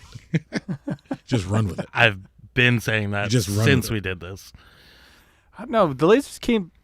I think lasers are since literally you from added the first time we did lasers. it. Since you added lasers and the drop lightning round. No, somebody sent us that. Yeah, somebody did that. Like I tweaked it a little bit, and added a couple things here or there. But yeah, Lasers. somebody sent that to us. I may have added the lasers. You might have added the lasers. Hey, it works. Yeah, I think because when we first started the lightning round, one of you two just did the pew pews automatically. Yeah, it was definitely an you Ed smoked a lot of weed. I smoked way more weed back then. It's definitely an Ed thing. So Henry on Facebook says, how long can we keep people out of the starting 11? Forever. Is it forever? And then Chicha coming off the bench, or you think he's starting? Would you like? I would like to see him off the bench, but after you saying it doesn't, what's the point? I'm with you on that. I kind of see it. I kind of just want to see him in the team at this point. I'm just more curious than I am cautious. So I would like to see it, but now that I'm, well, let me rework tracking back, thinking like, oh shit, it does make sense to not play him. Let me rework that question in a more positive direction. Let's say he comes off the bench. How much time max would you give him? 15. I was thinking 20, but 15 seems fair. They're the only way. GBS doesn't make subs at 70 minutes. Easy. Yeah. 6. Let him get that done. Yeah, exactly. The only way to get match fit is to play match games. That's the only way to actually get up to a full fitness, which is where we need him to be. If he's healthy, if he's fully healthy and fully back, 15 minutes on the outside. Honestly, I'd rather not see him at all. For Pipo, this is probably my favorite sentence I've said about the Galaxy, I'm going to say in the last 12 months. It looks like it's a meritocracy. It looks like Depew earned that job. And until he fucks that job up, he's got that spot. The end game, in an ideal Galaxy world, Pipo is and this is harsh on him, but Pipo is aging out to the end of his career and doesn't feel like sitting on the bench But he's behind. not even that old, is he? I think he's 31. I would have said 32 for a center back. He's got like 3-4 years. Should, But he doesn't. But he doesn't. He's so 32. bad. He's 32 so birthdays. He's only bad. 32. It's 32 birthdays in February, so So it's coming bad. up. He's what, 6 months? 6 months from turning 33. He's so bad. Like if he wants to play, maybe he looks to go somewhere else, and all that does is save us. USL? Like, But all that. Well, he goes. What is he good enough to play? Where is he good enough Costa to play? Rica. He can go back home. Okay. It could be a matter of him wanting to move back home. He could go back to Europe on a lower level team if he wants to be back in Europe. Well, we got him from Serie What B. lower level? Yeah. But Series Well, C? we got him from. Like, He was at Bologna. There was Serie A at the time. No, he Were they in was Serie B? on loan. He was either they were in Serie B. Yeah, he was playing in Serie he played B. for Bologna before he signed for us. They captained their last game. I But want to he- say he he- captained him in the Champions League. No, Oh, I gotta look this up. look now. it up. I gotta look this up. I thought Anyway. he had not played It for a while before It he appears Yeah, he he was was he playing in was in Serie and out B, of I the came. team. 6 months he had not played before he came. But I'm in on it appearing to be a meritocracy. I'm in on it appearing like Nick DePuy earned the job. And we see that by Pipo not having touched the field. Pipo's not coming in for the last 15 minutes to give Nick a break. He's not coming in to give Steris a break. He's not coming in after Felcher has played. He doesn't come in at all. Which is usually the kiss of death. He comes in for Steres or Depew, and then they start him the next game Then because he it's didn't four- give then him a goal in 15 minutes. Then he comes in at 45, and then he's worked his way back. It looks like Nick DePuy is sound, and you don't want to do anything to upset that apple cart. My hope is that it's a meritocracy, and Nick DePuy has rightfully earned that job. Why's your brother throwing shade at you, man? What? He's been doing that since. Yeah, that's he's what he definitely does. been doing He's it just- since I was 11 years old and met them. So I doubt that's going to stop anytime soon. So Chicha's Cha-cha! Chicha being map fit, how's that change the team's approach? I don't think it does. That's I Mr. don't B, think it by the way, changes on the Twitter. like. You Or, I mean the way on we play? Instagram. Yeah. I don't think it does. I don't How's it think change? Does it change our attack? It shouldn't. it shouldn't. No, I mean like. I don't know. I don't. He's not the guy to carry a load. You're not asking Zubak to carry a load. I hope they don't change it to where they want him to carry the load and he's getting, more touches than Pavone. At this point, you should be feeding the ball through Pavone as much as possible. Oh, I have to imagine every person in that organization understands where The hierarchy. the money is coming from right now. Yeah. And it's gonna take a lot. And I've been hearing for years, our old capo friend used to tell me, been hearing for years how humble Hernandez is and how like just a regular down to earth simple kid he is. If that's the case, it shouldn't be too difficult to understand. This up and coming kid is on an upward trajectory in his career. But let's be fair, you are on a downward trajectory of your career. You're coming to the end. It's natural. The kid's got the ability. If that kid balls out, it's going to work for you. If that kid balls out, you're gonna shatter every contract bonus you have for goals scored. Not a big deal. If you play through Pavone, you can't get double teamed, and it's gonna be a lot easier for you to take advantage of some defender who doesn't really understand what's going on. Especially since we're finally playing your way. We're finally playing in a way that benefits you. Here's my thing: is that Chicha signed. Cha-cha! And Chicharito signed here, and he was immediately the guy. Yeah. He was immediately the guy here because you captain Mexico, you're Mexico's leading goal scorer of all time, whatever, you're coming to Los Angeles. I don't think he's ever been the guy. He's definitely never been the guy in Europe. And I think he left Chivas too early to be the guy there. He could have scored goals there, but I don't think he was the man there. So that's what I was going to ask. I Yeah, don't, but I don't he know was the if- man with a Mexican national team. Yes, but It's that's international. international. Barely Exactly. counts. It's not. Well, Barely counts. International soccer is fucking we're talking about useless. Mexico, so it barely counts now. No. International soccer is meaningless. Like the World Cup is great. The World Cup's great. Everything else is whatever. The club soccer is better. Is that surprising? No, but I mean, I think soccer is drastically more interesting. I feel like this I think topic it's- of conversation is coming up because we're talking about a Mexican national superstar. Pick a country. but also Argentina's boring. I think it's a bit of an overstatement How do you feel? to say that international soccer doesn't matter. It doesn't matter. Most of it doesn't matter. The World Cup matters. Everything else. So he's been the man for Mexico. He's been the man for Mexico. He's captain there. But outside of that, Mexico, you play 7-8 times a year, right? In a non-World Cup year. I mean, you play like how many camps do you go to? 6? I don't know. Whatever. I don't watch international soccer. It's meaningless. So you're the man. You're the temporary man, Isn't true, right? but You're the temporary man, right? Yeah, I know exactly. You just told me you finished watching the whole 2018 World Cup. Yeah. You literally just told me that before we went on air. It's That in you 4K, finished, baby. It's beautiful. You finished the 2018 World Cup. I don't watch. I basically get to the point where Mexico gets eliminated and I turn it off. So my point being is, with Chicha being here and being given all this money, and now Pavón taking over and him being injured, whatever. I hope he doesn't feel the need to carry that burden of being the man. I agree. Which is something I think Gio struggled with too. Absolutely. And now that we have somebody to at least share that role or maybe take that role, which I think is what Pavón should do, I hope he doesn't. I don't see him being like, wait, this is my team. I don't see Chicha doing that. Well, I think it's even easier because it's clearly Jonathan's team. That's like when he's fit and when he's on, like it's Jonathan's team. If it's leadership, Steris seems like a natural. There's a couple natural leaders on the roster. It doesn't need to be him. The Galaxy are going to do the Galaxy's thing, which is directing all of your eyeballs. And they sent me an email where like Javier Hernandez asked me to re-up season tickets. I'm like, this guy doesn't fucking play. Like, why are you emailing this to me? They're going to do that. But on the field, there's people to share a load. Yeah.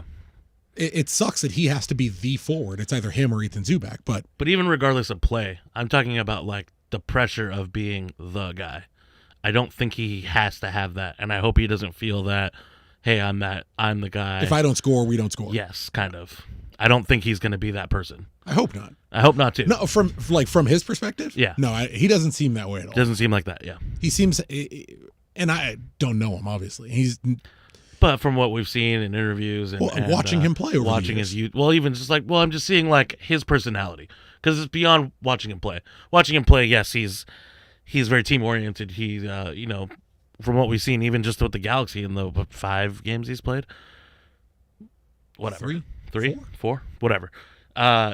He's been very, 3. He's shown leadership, but it's never been like to the Zlatan level of, hey, you need to be doing this, you're fucking up, and it's very obvious he's telling you you're fucking up. You know what I mean? And again, to cycle back and round this one off, playing in a way that's beneficial to him. You can't judge him on his inability to score or his inability to off balls in the air. Off balls in the air. 6.5 feet in the air. With no, the difference between the Sebastian Lletget we had and the Sebastian Lletget we have with Hernandez coming back is someone who does everything Ethan Zubak does, but drastically, infinitely better. If you're playing the proper way to him, he should thrive. He should be successful when he is fully match fit. Happy bit. Satisfied. Next question. Question number 3 of the lightning round. 3-hour show. Yeah. 3-hour show. I think I have to be up in 5 hours. Yeah, Money Mike wants to know, Jonas, when Jonas fully healthy, whose spot is he taking? Corona. I think Corona. Yeah. Kitchen's worked himself into an undroppable spot. Yeah. So far. Until he doesn't, Corona. All right. Samoa Bob. Hey. Did you really? Yeah, I asked today before I knew I was going to be on the show, but you don't have to ask it. It's all good. Do you want to ask it? No, go ahead. Fuck it. Why not? What do we end the year on average goals per game with Chicha back in the lineup? That's a good question, right? I'd say that's a good question. See?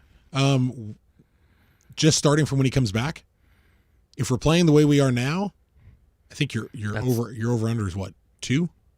Your over under is probably an easy 2 per game. What are we at right now? I don't know. It's over that. It's got to. Well, so that's what kind of why I asked the question, because we're on this run right now, where we're scoring. We had 3 against San Jose, 2 against Portland. LAFC, 3 against LAFC, 2 against Portland. So we're over 2 in this 4-game stretch. Do we end the season over 2? Close to 3? With Hernandez? With Chicharito? Oh, my God. If that kid's fully fit. You'd have to imagine it goes up, right? I don't even really think about him. If that kid's fully fit, the chances... I mean, Zubac's had chances that he's missed. Yeah. Like, clear chances that he's missed. Yeah. That Chicharito puts away. That you would expect Chicharito to put away. Yes. But he does. I mean, come on. That one the one inside the 6-yard box, you're telling me Chicharito doesn't put that away? I would hope he can get to it. Yeah, I would got to give us a 3. From where we're at now, I would have to give us a 3 if he comes back fully fit and we're playing the way we are. Oh, with no Felcher? And with Yoni? Oh, Yeah. who knows? It's hard to say, but I would have to say if we're going up from here, so I'll say 3. Ben, do Andrew? you have an answer for that? I think 3's good. I mean, I think you would like to think that 3 is about the minimum. I mean, who knows the way this team is playing? Yeah. You got to see him come. I got to see him come back. I say Yeah. we get close to 3. It's going to be hard. It's hard to continue a scoring rate like that. But I think we get close to 3. I really do. I think we get close to a 3, maybe like a 2.8, 2.9, and it gets up there. See, this is the thing. I mean, we've always talked about. I mean, the central attacking midfielder. You need a guy who could be a 10 and 10 guy, 10 goals, 10 assists. And the way I never thought Leggett had that in him. It was like he's on it right now. Yeah, he's but on for it right now. If he could be that 10 and 10 guy, I mean, shit. Who knows where the hell this team could be? I just need him to make it so there's not 3 people guarding Hernandez in the box. That's all I need him to do. Yeah. That's it. If he can pull one guy and there's 2 dudes on Hernandez, you know what that means? It means there's only 2 guys on Pavone. And I'll take that every day of the week. Or one.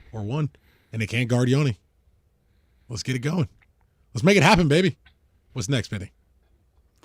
Haterman wants to know, do you think Chicharito can earn his spot back the way this team is playing? Guys, come on. Look, I like the kid as much as everybody else. I like him drastically more than most people. Yeah. But you are in the 1 percentile of loving Zubac. Of people is I'm alone as a player, not as a and for people who don't have the last name Zubac. Yeah. Like I'm not alone, but I'm certainly in a minority. Yes. Calm down. Like it's the LA Galaxy and it is the all-time leading Mexican goal scorer. I hope he has to earn his spot back. But by merit of he's competing against Ethan Zubac, I think we understand he's kind of already done that. As long as he wakes up tomorrow, he has earned his starting spot back. I had sent this tweet out to Hammer because Hammer was talking about, he kind of sent a vague tweet about Galaxy Twitter, in the comments basically of the tweet saying he's back in full training. There's people saying like, oh, we don't need him, like we got Zubac, or like, he shouldn't be on the field. We were playing fine without him, whatever, right? Like, he just kind of made a vague comment of like, wow, this is kind of wild, right? And I was like, it's Galaxy Twitter. You get the highs of Saturday Sunday. Man. Saturday and Sunday, you get the highs of Saturday and Sunday, and you get the lows of a random Wednesday where people are like, no, we don't need Chicharito. We don't need our third DP. Don't come for Galaxy Twitter at my 3-0, my back-to-back shutouts against LAFC. If you can't take Galaxy Twitter at my being eliminated by Houston and not making it to the next round of the playoffs. Absolutely right. If you're not here from a low lows, do not show up for my high highs. That's all I'm saying. L Yank 138 wants to know, what up, RJ? With Sebastian playing so well and playing out of his mind right now, do you try and move him and sell high? I'll be honest. I thought about that yesterday. I genuinely thought about that yesterday. I was like, Ed will tell you, and he's been repeating it for years. I'm a yes. You cash him in. You cash him in. I'm a yes. You send him to Nashville for all the TAM in the world, or you send him to Charlotte when they start out. You can send him to Charlotte now. Fucking Cincinnati was making trades before they became an MLS team that didn't make sense for USL.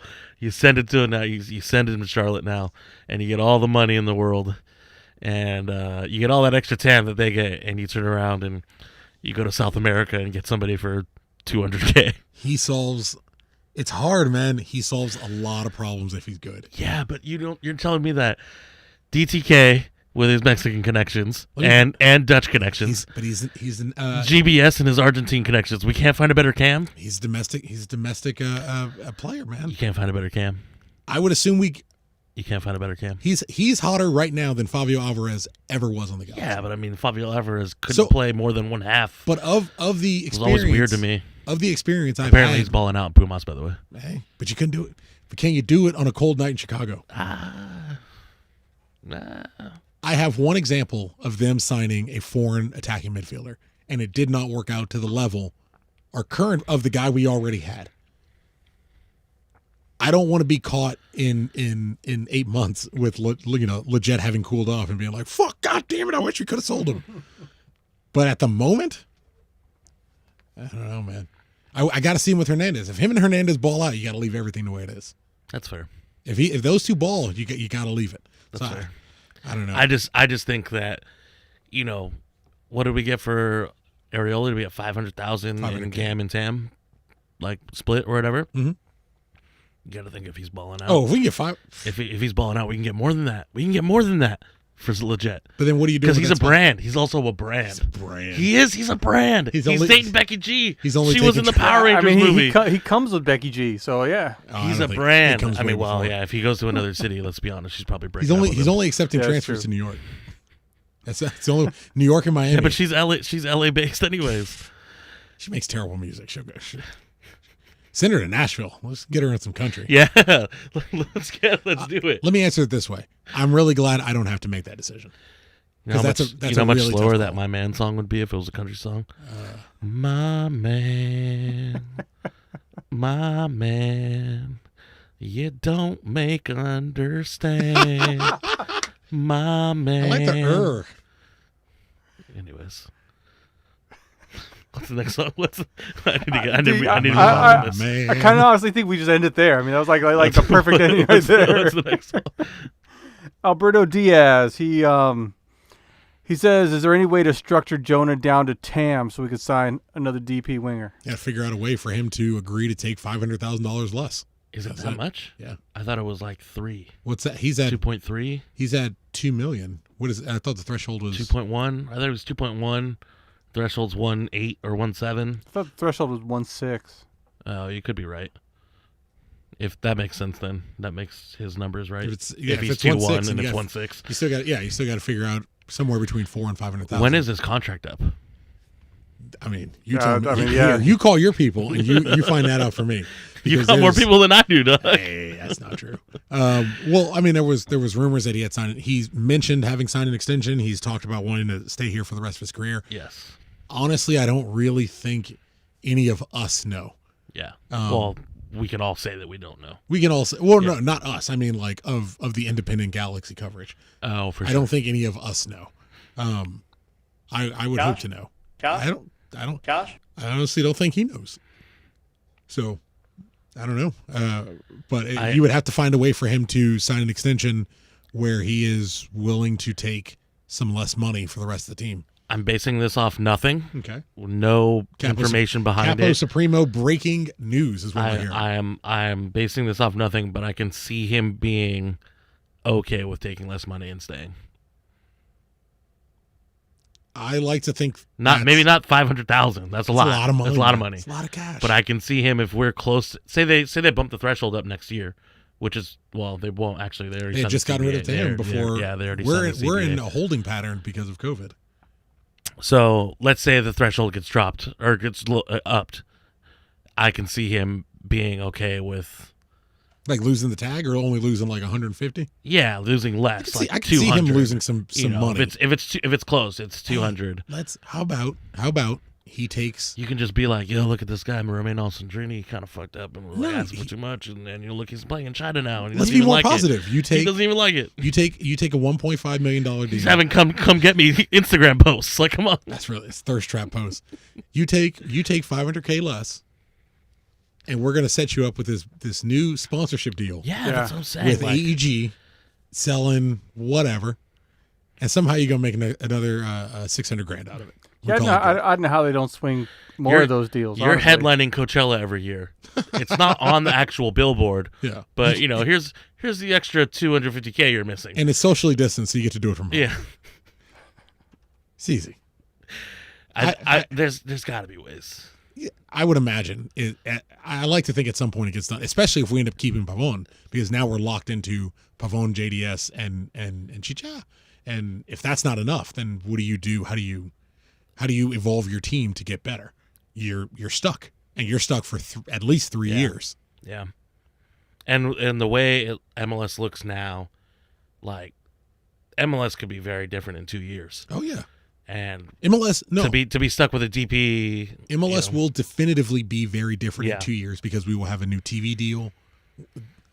The Galaxy are going to have a new shirt sponsor. But even beyond that, like just the level of play on the field in the last 3 years new teams. has been crazy different.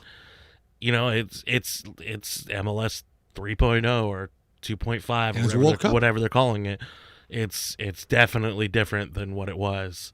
And it could be drastically different in 2 years if we're anchored that way. It could hamper us. Yeah, ultimately. Jose Roscoe in the live chat said just put like $500K in a large bag sack, with a money sign on Get it. the duffel bag. Yeah. Pick up some bags. We'll call it good. Maybe found some money. I don't know. Secure the bag. Secure the bag. Jonah, you dropped this. Yeah. You dropped this envelope. Yeah, it's all good. I mean, Uncle Phil makes that in a day. Couple hours, You got to wonder like what coronavirus has done to AEG though. I mean, with all their venues closed. That's true. Yeah. All the concerts and all the venues and yeah. That's what made me think. That's actually what made me think that we weren't gonna buy Pavone. Yeah, we didn't talk about that at all. Is because just the nature of the economy and the world in general, but then also how that affects the AEG and affects Uncle Phil. He's definitely not a guy who's like, I don't know, just gonna throw around 10 million in a panic. 20.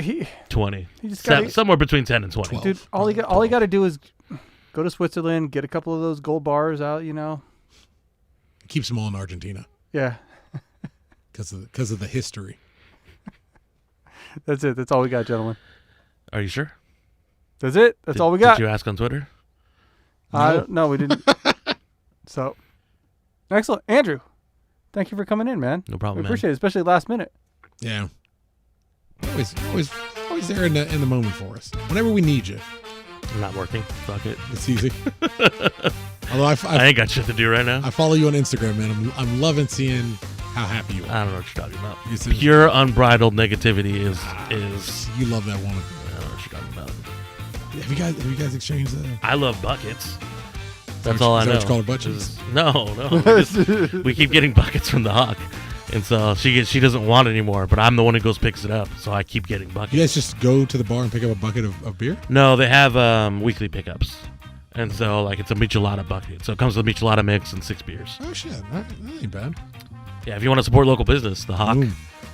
you can pick up, go to their Instagram. You can order from there. It's a toast tab or whatever the fucking thing is. But you can order from there and pick up on Fridays and Saturdays. Help support a bar that's struggling right now. Very nice. I may not have a job when this all is done. Help support Andrew and his band. I mean, I'm not getting any money out of it, but I would like to have a job when this all you would like to said and eventually done. get some money out of it. Where can people say hello to you? You can't. I've got a friend. His name's Samoa Bob on Twitter. Benjamin. You can find me on Twitter at DTRadioBen or at OldManBen3. I've been tweeting a little more. Maybe you've been active, sending dog. some retweets He out. hits retweet occasionally. Yeah, I do. I've been trying. he says- Hey, that's active. He puts his Come on, comment. man. He puts his commentary on there sometimes. He puts a stamp on it. Yeah, I tweeted out for Labor Day, man. Come on, man. Save the middle class. Save the middle class. God, you guys are fine. Union up, man. I don't know if the middle class is fine. There's a reckoning coming, Ben. I don't know if the middle class is fine. The upper class is fine right now. I gotta have a word The with upper you. class is making lots of money. You ready to sell this Middle house class to is China? kind of middle class. They're coming in to buy up this property. That's why it's working. You can find me on Twitter at @0cool138 and Instagram and all that stuff. Wear a mask. Be cool. Be smart. I want to be able to go back to the stadium someday so Robbie Keane can come visit us. Fuck. Real quick, shout out to all the people that helped out with banners. Yes. We made 5 banners for LAFC. So total, we've made 22 banners from coming back. I want to get back to the days where all the walls are covered in the banners. That's where we're going. Love it. And we have the tarps over the thing. So Love it. All right, everybody take care of each other. We'll see you probably sometime in the next 7 days. Riot Squadcast, and fuck Ed. Bye. Bye. Bye. Love you, Ed. Fuck you, Brian. Suck a dick, bitch. Fuck you, Brian. Suck a dick, bitch. Woo!